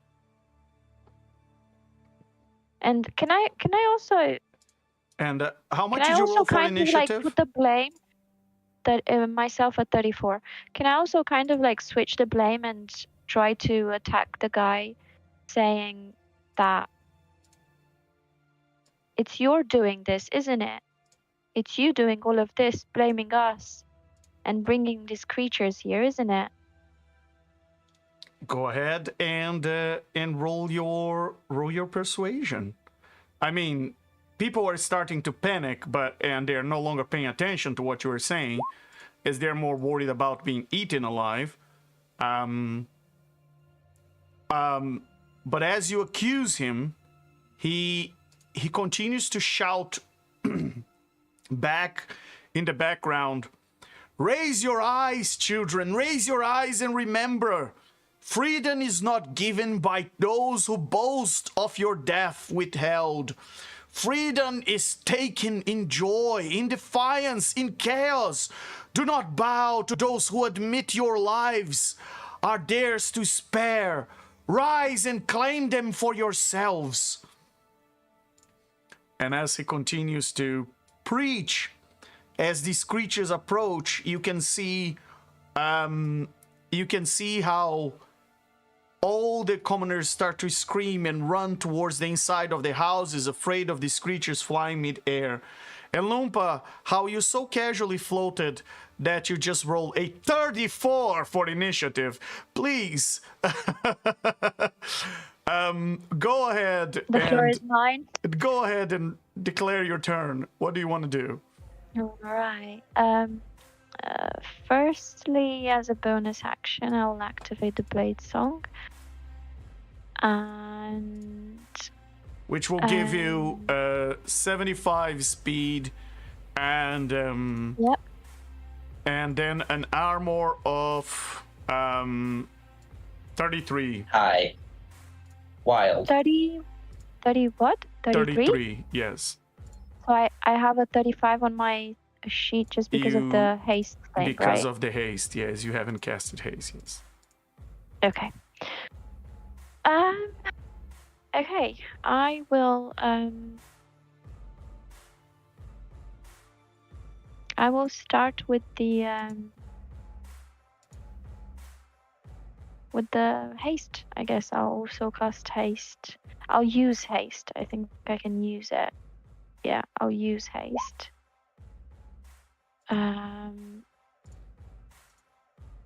So then my AC jumps up to 35. And your speed goes to a ridiculous 150 feet. There we go. And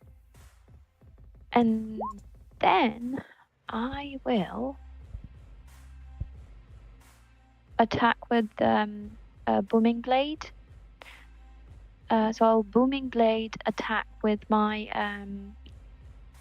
Attack which creature? The one that is just behind Marco?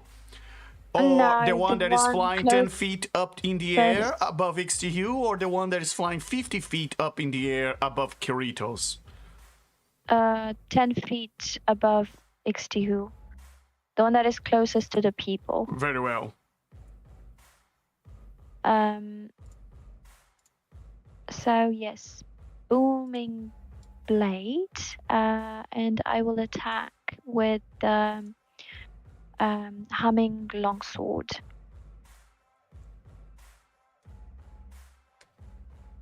Oh, such a bad roll. Does a 21 hit? A 21. How are you? You don't have range. How are you attacking from that? Sorry, let me just Jump slice. Yeah, good. I think you know what I'll do. I'll jump on X2. You mean jump by using him like piggybacking and just using him as a little bench and just jump up high and attacking at the peak of your of the height of your jump? Is that what you mean? Very well. All right, XTU, do you react to that or you just let it happen? I mean, do I get to react to that? If you want to. I guess I'll try to assist, but I mean, I've got bird bones. Like, do I take damage from that?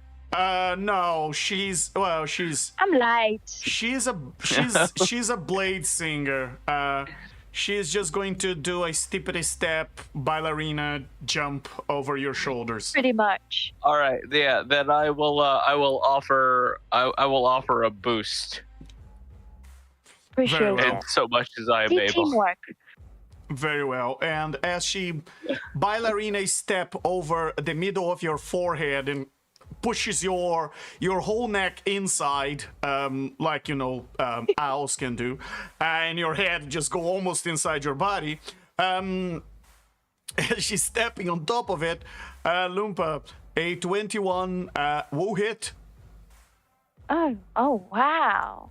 You're attacking Okay. with your humming Humming long long sword. sword. Very well. Yes. So that is for a 29. 29. I'm seeing a the 34. booming It's a blade. 34 plus the booming blade, which makes the I sound rolled a of the thunder 29. as you hit that creature. And Total 100. Okay. Oh, 34. Yes. Sorry. yeah. So Okay, and 34 then the and booming another blade. 17 on top of that for a 51 points of damage. Yeah. Very well. And then you fall to the ground again, and I'm going to ask you to roll an acrobatics as you are climbing on next to you, by the way. You have advantage thanks to haste, so very well. 21 does the job. Yes, and you go back to the ground as you only stepped on Ixtihu for a moment there, so you could hit Yep. this creature. What else would you like to do? I believe that is the end of my turn because I've just casted haste and I only have 2 actions from the next turn, isn't it? Haste gives you an extra action. Oh, so I can attack again? With the haste action, yes. Oh, I already had. Yeah. Okay. Yeah. So use an action to cast haste. Use a Yes. bonus action for Blooming Blade, and you use the haste action to attack. Is that correct? Okay. Yeah. Very well. So I'll attack so again your with turn is the longsword. Yeah. So your turn. No. So your turn is over. Oh, my turn is up. Oh, okay. Yes. Okay. So if the thing moves, then it's gonna also get some damage, right? Do I? Or did I already roll for that? Yes. Because If it it's- moves voluntarily, it will take 19 points of thunder damage. Okay. Great. Okay, that's the end of my turn. Very well. I'll take my and- legendary action. Very well. What would you like to do? Using part of the lantern, I'll burn 500 GP of it with the emerald to cast haste on myself. Yeah. And That's that puts you at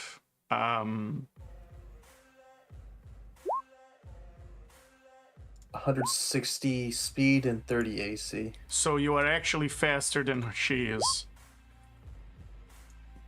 And then I had a question after that. Since that's Yeah. technically a magic action, right? To use an item to cast a spell? Yes. Alright, because I have something called the boon of, what's it called, dimensional travel. Every time I use an attack or magic option, I can teleport 30 feet. Yeah. So since that's a magic action, could I teleport 30 feet to be 15 feet in the air right in front of this thing? So this was your legendary action was to cast haste, right? Right. Okay. And you cast haste from an object.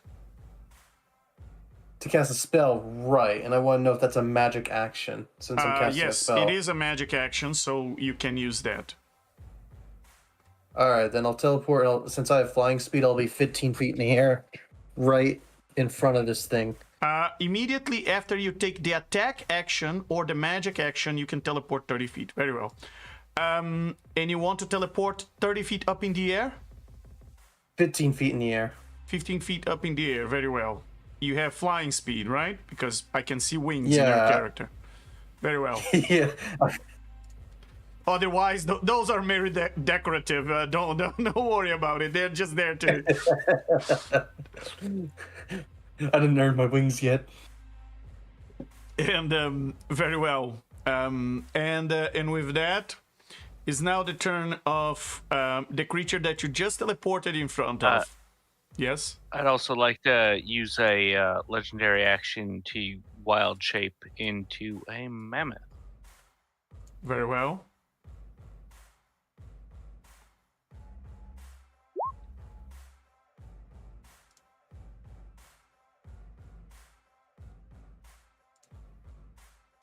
And give me a moment because my roll20 crashed. Yay! Sorry. Where is Roll 20. Where is my... We'll be right back. Normally, this is the part you say on stream about roll 20 if you're hearing us. That mammoth was a bit too heavy on my bandwidth and it crashed. Very Yeah, well. it's my bad. My let- big ol' mammoth booty is just too much. Remind me, when was the last time you turned into a mammoth? I don't even remember. Back in the goblin camp. Very well. Yeah, it was a Um, while ago. Yeah. Very well.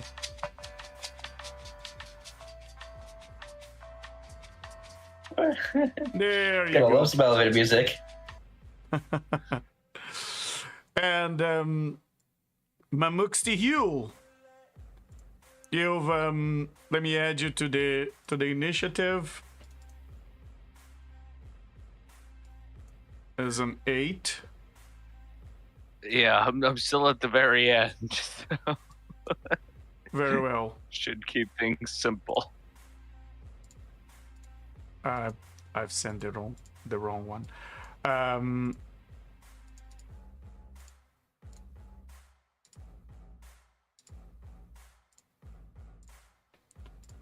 Very well.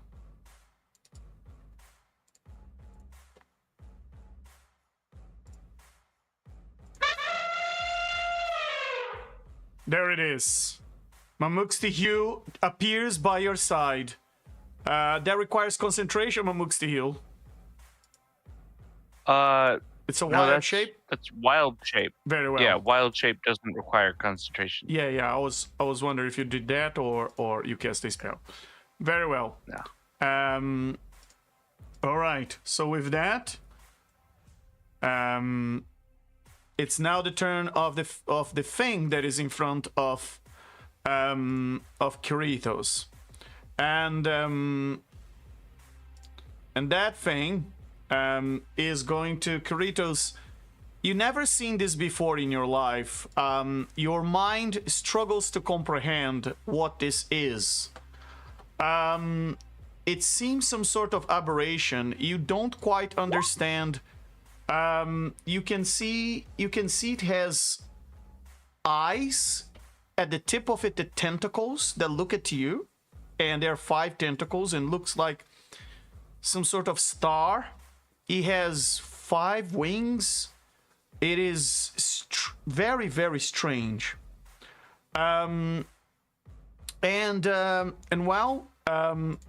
This creature looks at you, and you feel as if it's analyzing you, and as it's analyzing you, you can feel almost as if you can feel the weight of the gaze of this creature upon you. And as it does that, is going to extend its tendrils, tentacle-like tendrils, and attempt to reach to you and grapple you. So that is going to be 2 attacks with its tendrils attempting to grapple you. So the first one is a 22. The second one is an 18. I assume none of those hit. Yeah, I dodged those with grace. Very well. As you dodge those with grace, the creature... very well. The creature casts fear on you. And you gotta do a DC. This is a DC. Well, it's a DC 20. Oh no, never mind.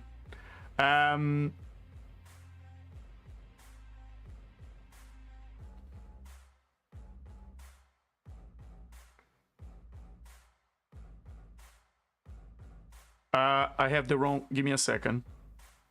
There's a bug here. That's a DC 20.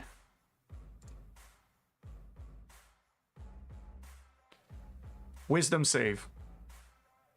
That's a spell, right? That yeah, it casted. Are you immune to being frightened? No, I can be frightened, but I have advantage on spells. Very well. So you roll a wisdom. It's a DC 20 wisdom save, or you get the frightened condition. Well, since I have advantage, my highest is 37. Wait 1 second. I think.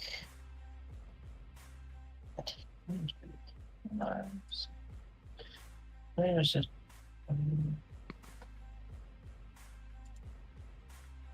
You want to do something, Money Marco? I'm just checking what the aura of my paladin does. I know I have a aura. I don't know what it protects from. The generic. My paladin aura. Um, in any case, he rolled a 37, so he passed. For the wisdom save. So with that, you're checking if he's immune to frighten while he's in your aura. Yeah. Yeah, he is. You and your allies have immunity to the frightened condition. Very well. And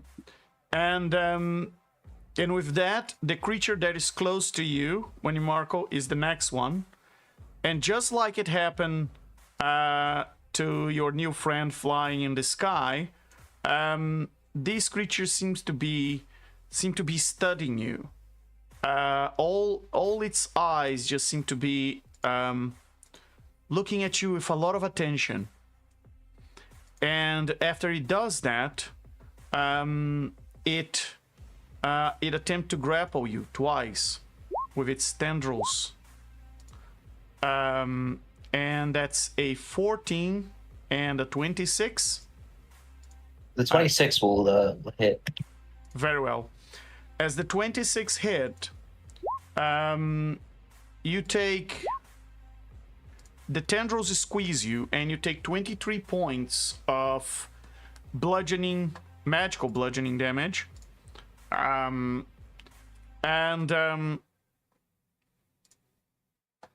You are grappled and restrained. Oh, fun.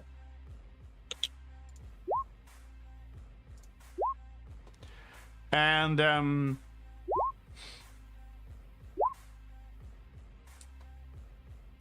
very well. And that's the end. Oh, no. And that creature can still cast a spell on you. And is going to release a...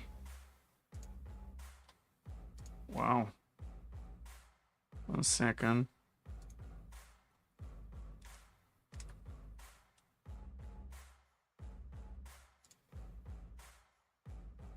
And it's going to release a cone of cold, which is actually not just going to catch you. It's a 60-foot cone. So it's going to catch everybody, even some of the commoners. Right there. Look at that. It's casting on you, and it's getting Ixtihu, Lumpa, and some of the commoners, as well as the other thing. So, question, Marco, do you want to use my divine thing? I have like divine negation, right? Yes. Can I use it? Yes, by all means. It's probably going to save the lives of a few commoners. I shall activate, call upon my divine powers to negate the terrible fate that awaited these people.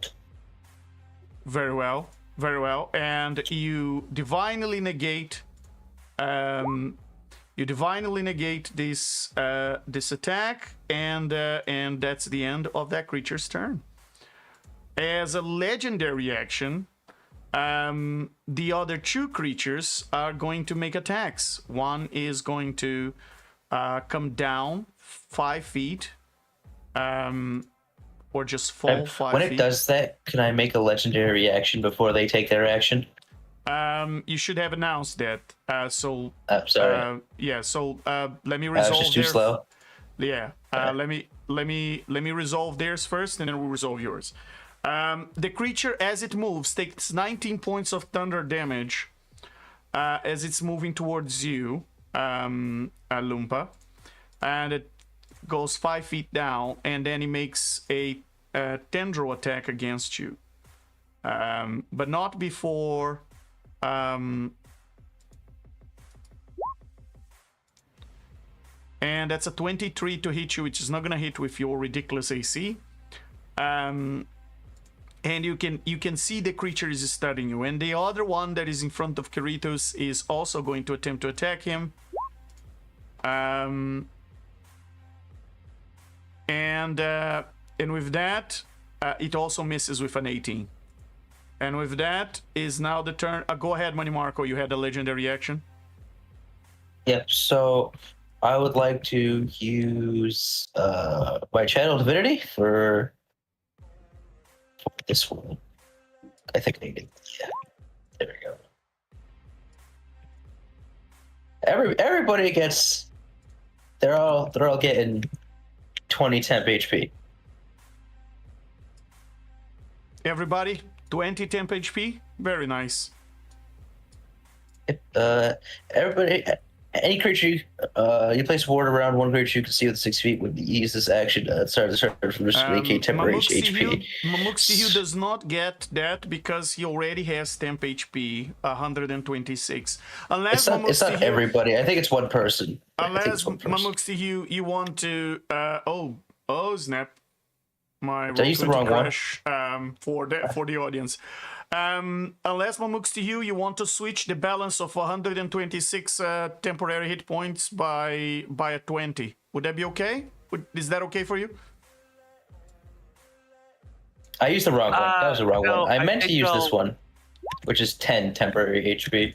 I used the wrong one. I think I'll stick with my mammoth XP or my mammoth HP. Okay. You sure about that, right? Okay. Yeah, I'm pretty sure. All right. Okay. Very well. And I meant to use this, not the other one. I used the wrong one. Aura of Nourish. It's 10 HP, not 20. Okay, so let's take back 10 HP from everybody. Because it heals 10 and you gain 10. Okay. So it's still. Very well. And with that, Just before, can I do a legendary action? by all means.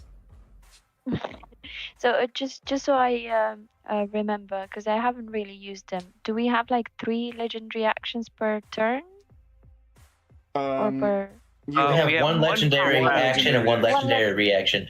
Yeah. one legend? Okay, per turn. Sorry. Yeah. Okay. Per round. Per round. Sorry. So could I use again booming blade as an example? Yes, you can. Yeah. Okay, so maybe what I'll do actually is I will use a green flame blade for a change. Okay. With my long sword again. So, and I will try to attack still the same one that is next to me. Okay. And does a 24 hit? The audience loves green flame. 24 hits. Yes.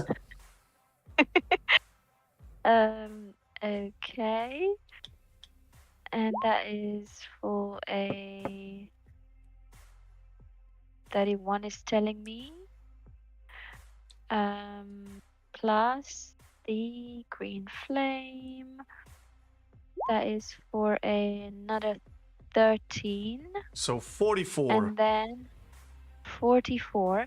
But then the green flame says that it gives to second target a 3d8 plus 10, right? So yes, can I choose if it's the within one? 5 feet? If it's within 5 feet of that one, would you like to give to Mamux to heal? That's perfectly fine. If you want to burn him with some green flame, if you want to make him the target. Is it too late to switch to Yes, very much. You're playing demigod level okay, and no Bexes. That's Yes, perfectly fine. you are a That's seasoned perfectly player. I'm happy with that still. I've been Can I ask too a lenient question? with the Bexes with all my players. They've You been all having you guys all playing level 20 plus and asking for Bexes all the time. I gotta be a bit more strict with that. Okay. I get a Fair 14. enough.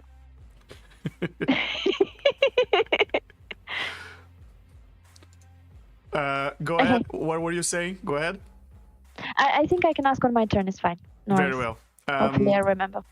And with that, it's now the turn of the thing that you just hit a bunch of times, and that thing is going to first look great. at you very carefully and stud you. And and you feel almost naked as this thing is just staring at you with 5 eyes that are on the tip of each one of its 5 tentacles that come out of that taco-looking structure there, and well, the creature is going to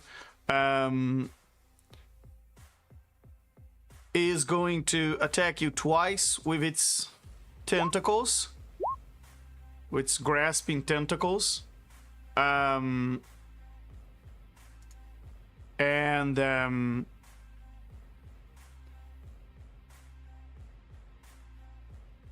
Very well, and that's 21 and a 20, both miss. And now it's going to bring Ice Storm on top of you. Oh, scary. I know, right? And it's going to bring down Ice Storm, and everybody in this circle here, 20-foot radius. Yeah, it's gonna catch all of you. 20 foot. Yeah, everybody in that 20-foot radius, all of you gotta do a dex save DC 20 to avoid. Do I have to still roll? I have a +20 on my modifier. Yes, you can still roll on that one and fail. Yeah, I know. So, which would be incredibly funny because you just boasted about it. So that to avoid 26 points of damage, and that area there becomes difficult terrain. On the ground, right? Not flying? Yeah, on the ground, yes. That's a good point, Karatos. You were flying. If you fail this, you're gonna fall prone.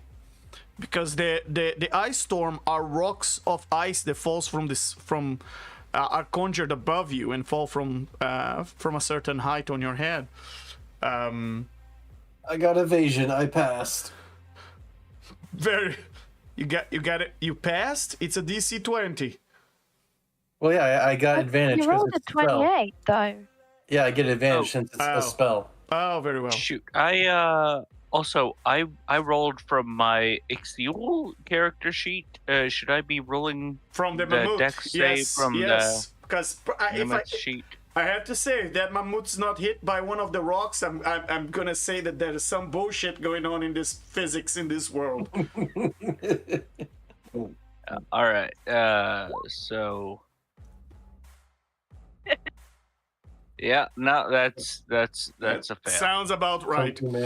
All right. So, the mammoth breaks a few of those rocks in his head to take 26 points of. Isn't the mammoth? Mammoth should be resistant to cold. And it's not. Not according to its D&D. You failed. How is a mammoth not resistant to cold? Oh no. You know, I think as DM you have the power to yes. I do. I have your icon. It's like making a polar bear that is not resistant to cold. Come on, that's absolutely. I can fix this. I part of the feature I just activated. Whenever creature within 30 feet of you takes damage, you can use reaction to grant that creature resistance to that damage. It now has a cold resistance. Very well. All right, there we go. Very well. So wow. I take only half as much. It's a tropical mammoth. All right. He didn't have resistance to cold. Oh my god. All right. So with that, let me give you some of your hit points back. And in the area there is difficult terrain. The little circle where you guys are there.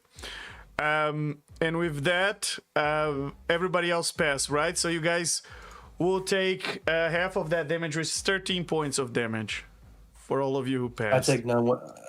Sadly, I can only give one person resistance at a time, or else everybody would have resistance. And after that, that thing ends its turn, and the other two things take legendary actions. And the other two things are gonna take legendary actions. One is going to squeeze even more Manimarkle with its tendrils. And now Do I it not has get to roll to break out of it? and now no, because there's a legendary action. And it has advantage, so that's a 24 to hit you. Which I assume it will hit. 24 meets my AC. My AC is 24. Excellent, so that hits. So that's a total of 21 points of bludgeoning damage as that creature squeezes you. And now it has a second tendril all over you, and it's squeezing you even harder. Very well. And the other thing is going to try to grapple the flying shiny dragonborn. And it's not going to do anything. It's a 12 and a 15. And with that, it's now the turn of the common folk, as the common folk start to run away. This lady is gonna run 30 feet. This one's gonna jump through a window and inside the house. As she jumps through the window to enter the bar to help herself and destroys that window. And she just runs inside to hide. And the other ones are gonna jump after her and just run inside as well. These guys that were right there at the back, they start to run back and down the street. This one's gonna run down the street 30 feet.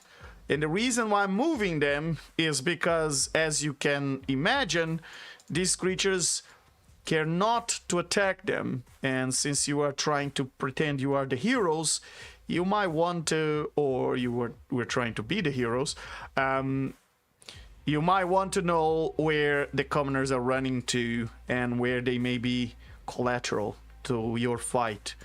And the priestess, the assistants that were succubi of the priest, they are telling the people to run, and they're guiding them to the houses and to safety.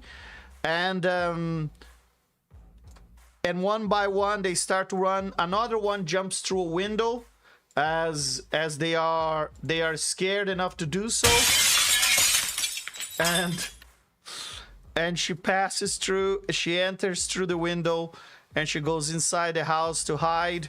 Another one follows her, and another 30 feet for those that came to see the show and ended up not liking it enough to stay.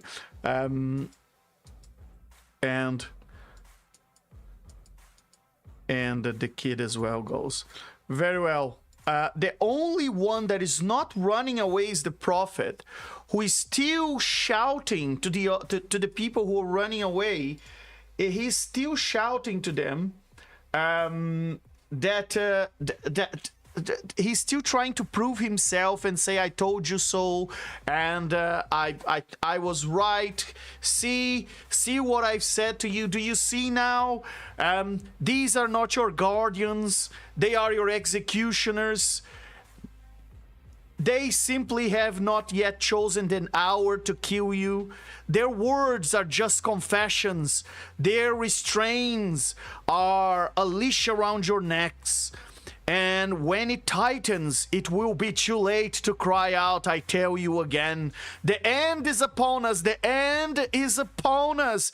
And they are the heralds who walk it into your homes. And he keeps shouting doom as you guys are fighting those creatures. Manimarkle, what would you like to do? I would like to not be grappled by this thing. That would be nice. Roll. So we are in 2024, and for those of you who are not familiar, the grapple rules keep changing from one. And I feel like I have 7 different versions of grappling rules in my head now. You to end a grapple, you can use an action to make an athletics or dexterity acrobatics check against the grapple escape DC, which is in this case 20. And in the condition on yourself on a success.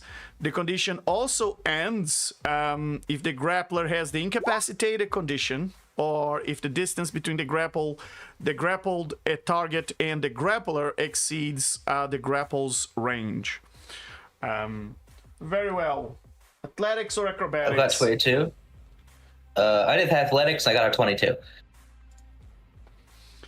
Okay. Very well. You're no longer grappled. The big ability I activated last round activates again, so I gain another 10 temp HP. Yeah. Very cool. It also heals me for 10, but I gain 10 regular HP as well. And then I can just stab this thing in the face. Yeah. Repeatedly. Very 27. Well. Doesn't have a face. Which face? 22. Where is the face? Wherever the closest mouth is. You have mouth on both sides. Whatever one's closer. I guess the one on up is the one closer.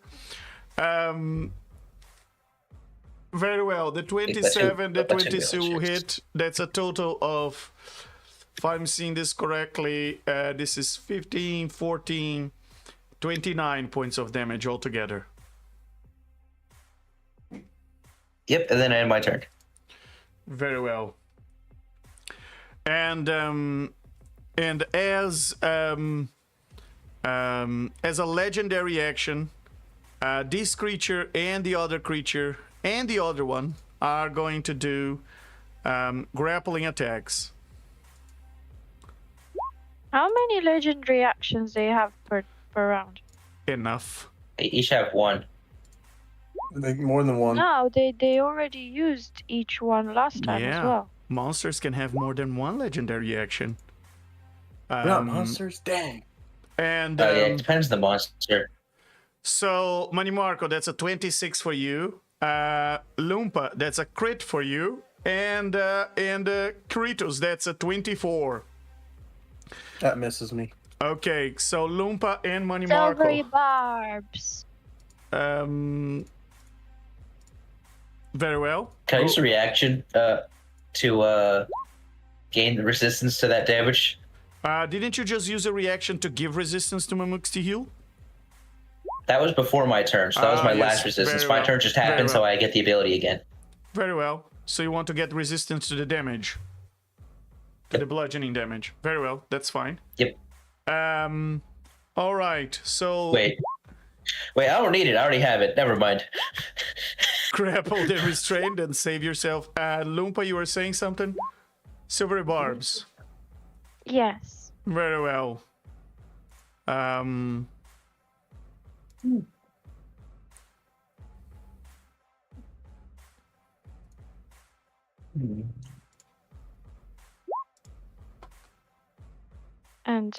that's a 12 now, and it misses you.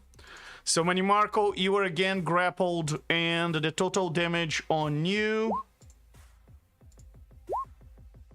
is 24. You have resistance, so this is magical. It's magical bludgeoning. You have resistance to magical bludgeoning? No, you have resistance to non-magical. There you go. So you take 24 points of damage then. And with that, Curatos, what would you like to do? So the priest is just yelling stuff out loud, right? Yes. He's just shouting and still preaching while this prophet's still preaching at everybody while they are running away, scared of these monsters that you guys brought into this city. You are all so evil. Why are you guys doing this? I thought you guys were here to, to fix the past, guys. Why are you attacking these poor innocents? Oh. It could be worse. What I will do,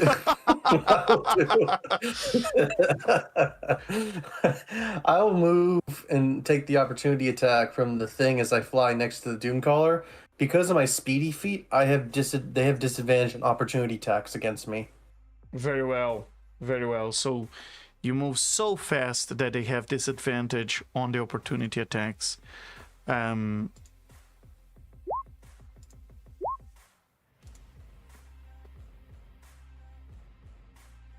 That is a 23, which will miss you. You got lucky because you got lucky for the disadvantage, because otherwise would have been a crit. Go ahead. Oh boy. And I will hover right above, so I'm just right next to the priest here. Yeah. And I'm just looking at him, and now that I'm up close, and do I see anything specific? Do I see like beyond, underneath the hood? No, you don't see underneath the hood. You still can't see his face. You see his hands though. Do I recognize what that type of race might be from the hands alone? Am I a hands expert? No. Hands expert. Good try. Roll. I mean, it looks like a human hand. Okay. Did you want me to 5 fingers on Well, each it's not hand. technically. 5 fingers A on little each gray hand. skin. A little It's not gray skin, technically, at a little least. decrepit. How familiar am I with All right. I will go further just because I guess that's as far as I get, and I'll say to him as a free action, go like, look, I appreciate that you're preaching right now, but you might want to evacuate the others safely so you're not caught by those dangerous creatures. We'll take care of it. All right. Take care of it? What kind of saviors do you think you are? You think you can sell us this falsehood that you are heroes? You think we believe you came here to protect? You brought damnation. Your hand is upon our throat.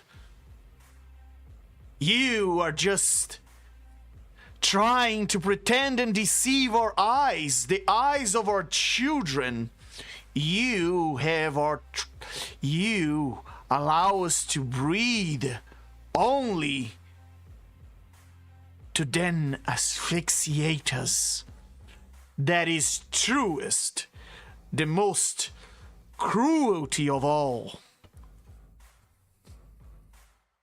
And I'm gonna whisper to him and go like, yeah, I get you're putting on a show here, but don't. You're the pot calling the kettle black here, saying you bringing 2 succubi with you. And I'm whispering this to him. Look, we'll take care of those creatures, but stop. Do not intervene with these guys more. You know that you sense their power, and I sense their power too. Do you really want to get tangled in with the divine? And I'm whispering this to him, Legend. And as you are whispering this to him, he continues to preach as if he's ignoring, and he continues to preach his sermon as he's ignoring you. And he says, "Succubi, you say? You clutch your pearls and gasp as though temptation were a curse. But I tell you, these children, the curse, are not those poor women that come to help me and help my children to reach pleasure.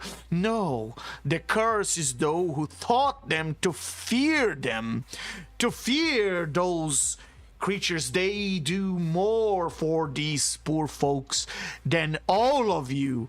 Who are you to judge a creature just based on its skin, just based on its orange? What is she but desire given form?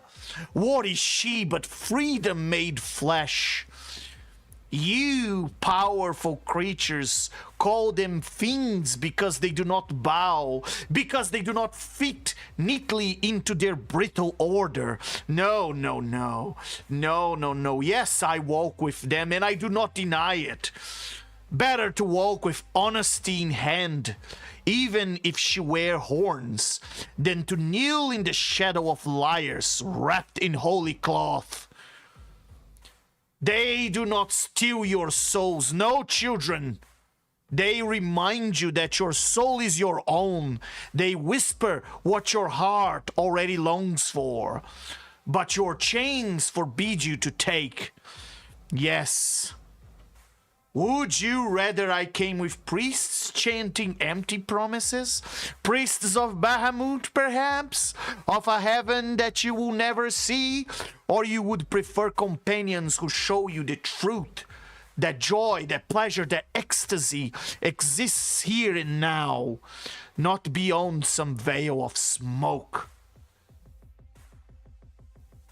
And this will be the last thing because I'm going to whisper, because as I look right at this one and this one, I say, keep up with the priest thing then. And this is a bluff legend, but I don't know if he'll know. The real reason why I came to Uncaller is because I've heard of disappearances recently, and I've come to investigate this town. I will find my answers, with or without your help. And I will fly back after I say that. And roll deception if it is a bluff. I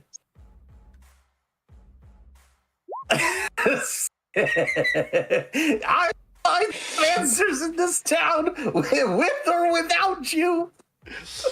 He sees through your attempt of bluff. And he is not at all frightened by it. He seems unfazed and continue to preach to those commoners that are still close enough to hear him. He seems to not fear death as he continues to call the end of the world and to prophesize about all of you. What else would you like to do, Karitos? With the last of my movement, I'll go 15 feet in the air, and I'm going to be right by this thing. I know that was my movement. As my bonus action, I'll spend... You know what, I'll do it. I'll spend 5 key points. I'll awaken my astral self. So I have the arms, the visage, the body, and the awakened version for all these benefits. Very well. And since it's within, I think it's within 10 feet of me, hold on. Creatures of my choice within 10 feet. That thing has to do a dex save because of my arms. Hold on, where is it? Sorry, it's just taking me a second to find it. Oh, here it is. It has to do a dex save 24, or it's going to take 2 martial arts roll of force damage. Let me roll my 2d12. So, yes. That thing needs to do DC 24 dex save.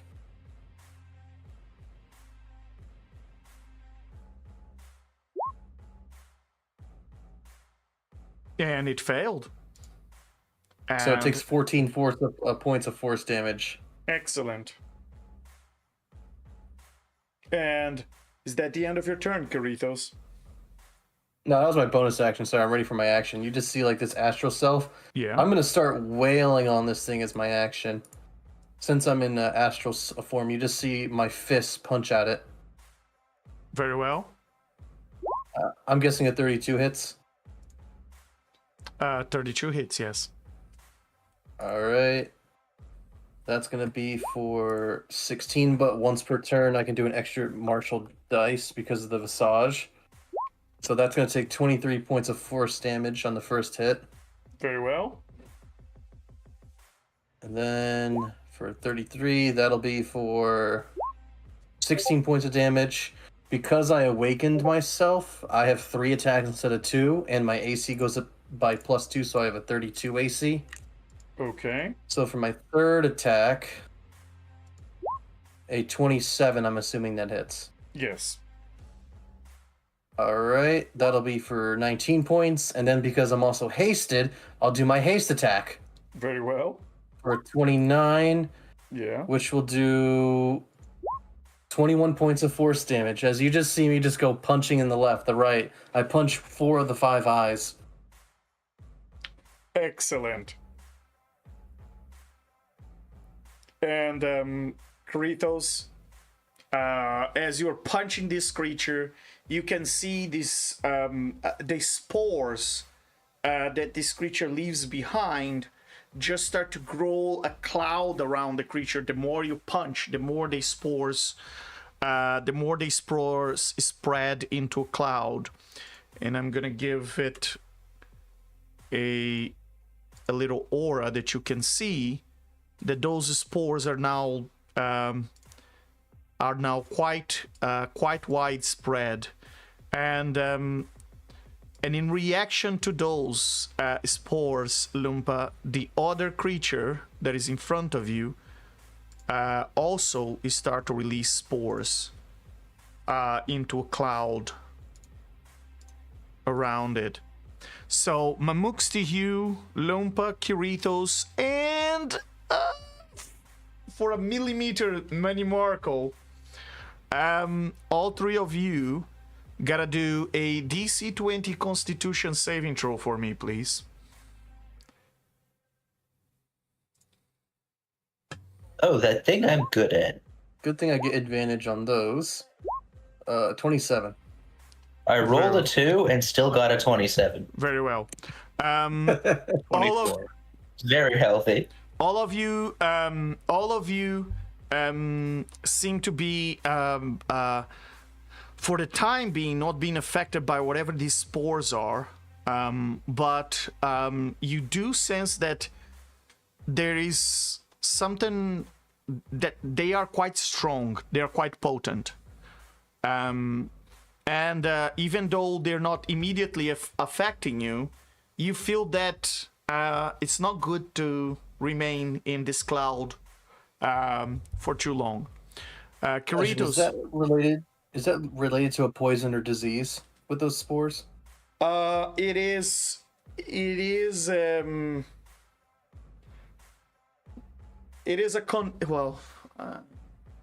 is not poison, it's not disease. It is the mechanic behind is similar to a curse. Oh, okay then. Because I'm immune to poison and disease, so never mind. It is similar to a curse. I mean, for those of you who've been fighting aberrations for a long time, the three of you, you know when you're fighting something that came from the far realm at this point, and you don't expect the effects of this cloud to be similar to what you see in the material planes of the multiverse. Is that the end of your turn, Kiritos? What else would you like to do? Let's see. 3 attacks, used my bonus action, used my haste action. I used all my... Oh, wait, I'm 160 speed. For the remainder, I will move out of the cloud and take another opportunity attack as I go over here. Very well. And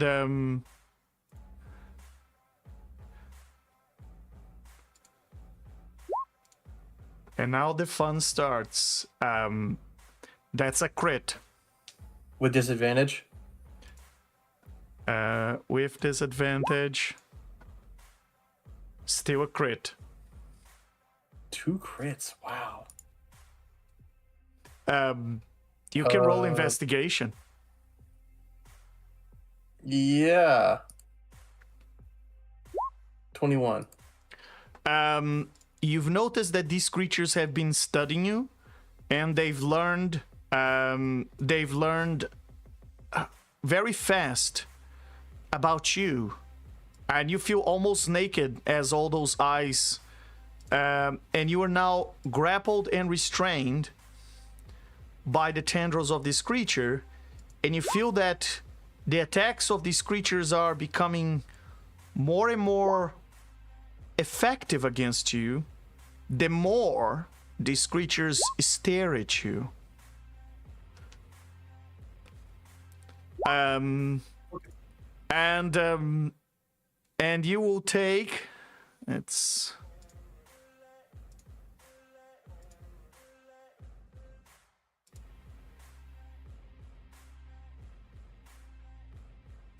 so that's 39 points of magical bludgeoning damage.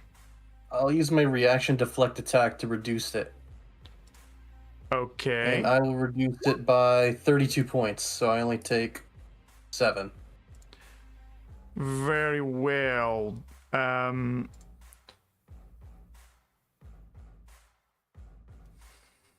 Very well. You reduce by 1d10, right?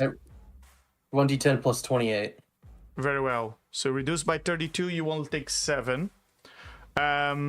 You still need to roll a concentration check, DC 10, on your haste. Perfect. I get advantage on those, thankfully. So 225 is nice. Very well. And with that,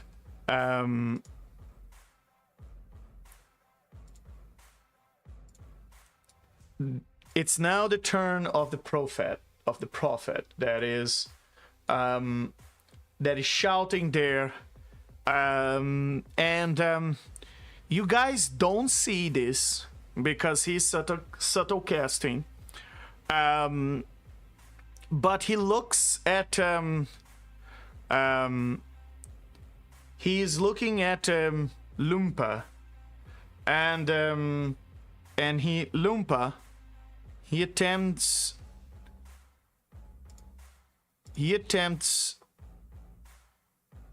to feeble mind you.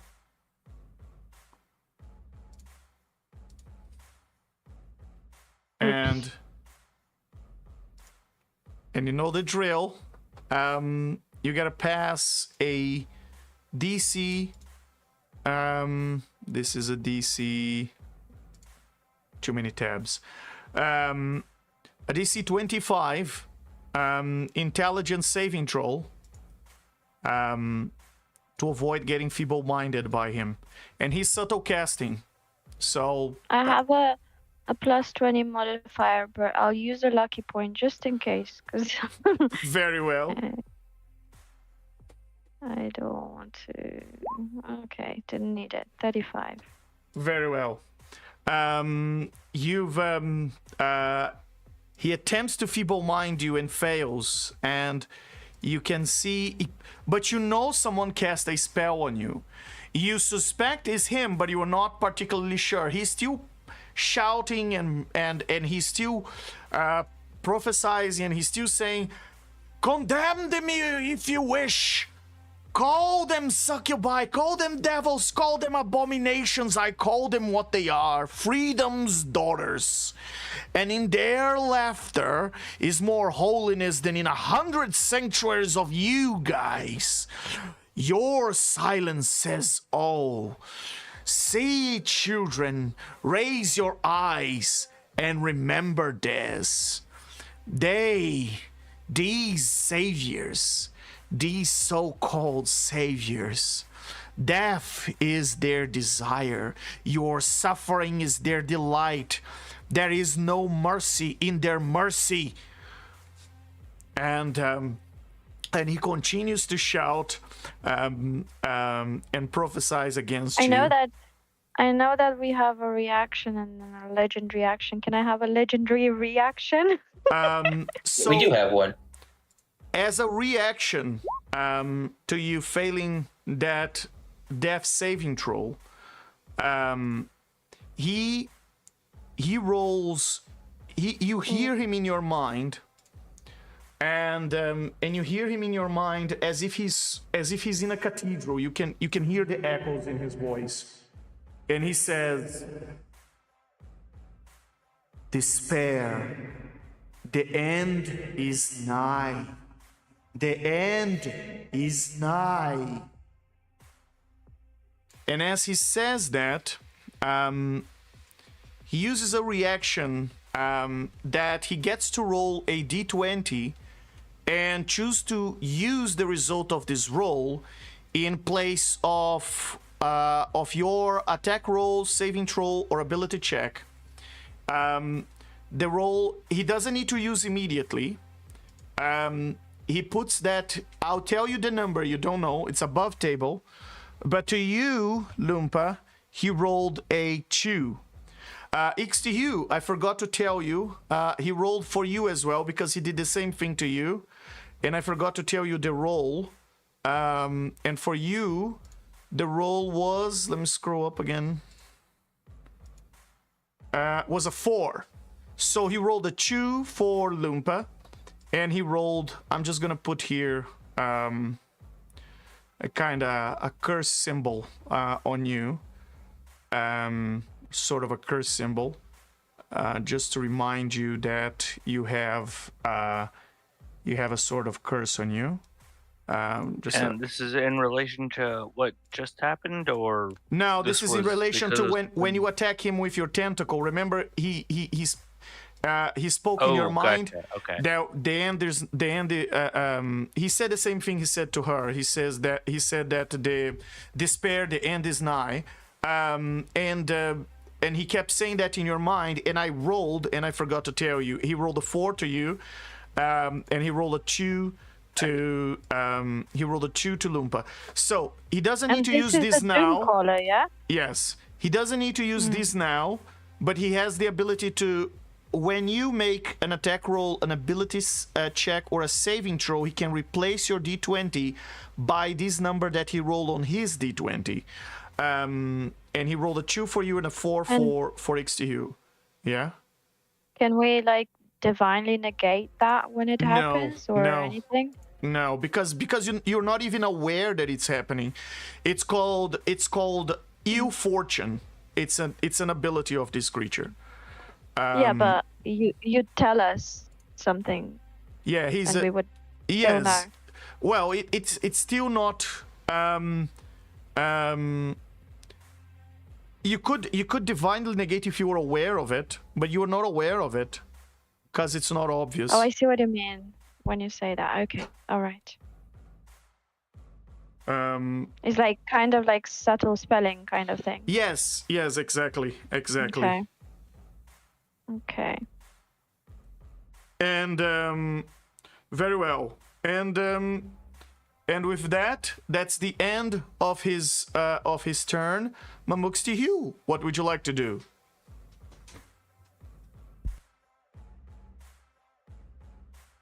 Oh, sorry, I was muted. So real quick, can I actually see the board? Because right now I can't. See who? My token does not seem to. Oh, I can't see the board. You can't see the board. Give me a second.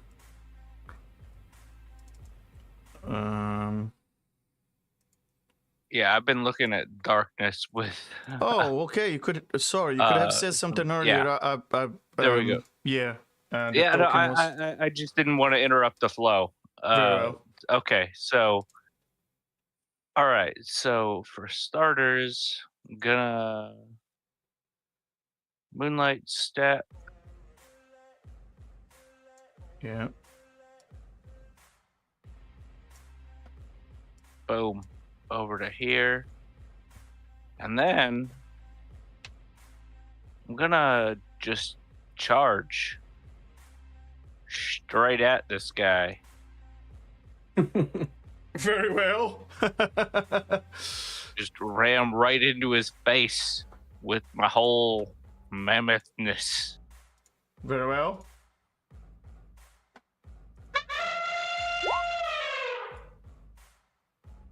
Does a 26 hit? A 26 does not hit. Ah, wow. Good thing I got multi-attack. It does not hit. I'll give you 22 this. also doesn't hit. You push him out of the fountain, but there's a barrier between you and him. The same barrier you couldn't pass before. Gotcha. All right. Well, I'm still right there, all up in his business, and yeah, I'm not sure what else I can do as a mammoth.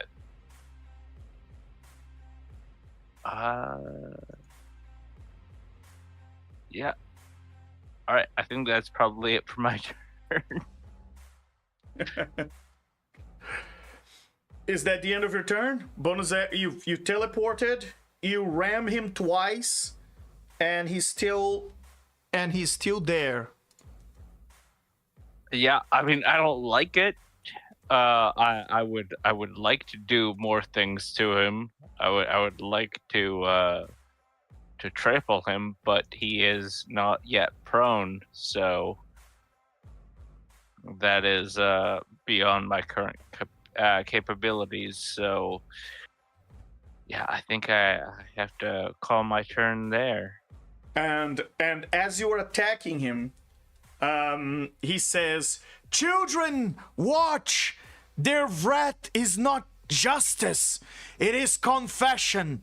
They review themselves with every blow.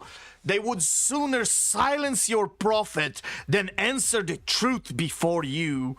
They would sooner paint the earth with my blood than let you taste freedom even for a moment. And so I laugh, even as their magic sears my flesh, even as their swords fall, because whether I live or die, I am proven. For if my words were lies, would they need to kill me to keep you from hearing my words? No, no, children."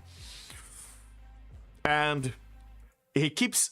Whatever you guys do to him, it seems that he managed to somehow contort that into proof for his prophecy, for his preachings, and he seems to whatever you guys have done so far since you encountered this guy. Everything he seems to be using as an opportunity to prove his word, and continue somehow this cult-like control of these people's minds and what they believe. And one part that I'm going to conclude this session here now with all of you that has been bothering you is that portal just came out of nowhere, and he said you guys attract those creatures here. I mean, there is a part of you that think that this guy is slightly evil, he's manipulating these people, but there is also a part of you that suspect that he might actually be a prophet. He might actually be saying things that he has seen or he has foreseen. And if that is the case, he might actually be accusing you of attracting these creatures, and you may have as well attracted these creatures. There is a part of you, a small part of you, that is aware that your presence can cause distortions. And after all, you've been sent 8,000 years into the past, and perhaps he foresaw your coming.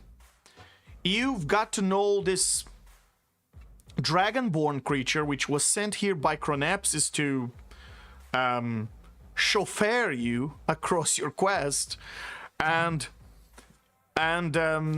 so you know that whatever you are doing here can have a massive impact when projecting over 8,000 years of timeline. And there is another point here for you guys to, which is concerning for you guys, which is, you have no idea why here, why now, why would Chronapsis drop you here and now, and what does all of this have to do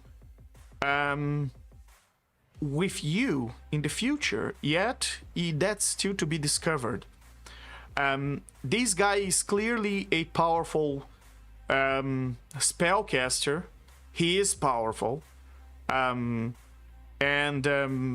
he is professing against all of you. And again, if these people are so poor and they have nothing, why is he so keen in keeping their minds under control with his preachings and with his cult-like? What is so special about this little village that this powerful spellcaster is always trying to, at every moment, even in the middle of this strange battle, why is he keep trying to convince these people of what you are, the four horsemen of the apocalypse? And yeah, so all these questions as the fight progresses are just floating through your mind. They are in the back of your heads as you are at the same time fighting and trying to make sense of things and trying to apparently protect these people. And on that note, for those of you watching us, thank you so much. It's a pleasure having you here, and it's a pleasure having you watching us. And I hope you enjoy this session, and we'll continue next week to see how these guys start to answer some of these questions that are in their characters' minds. Thank you, everybody. Have a good night, and I see you all next week.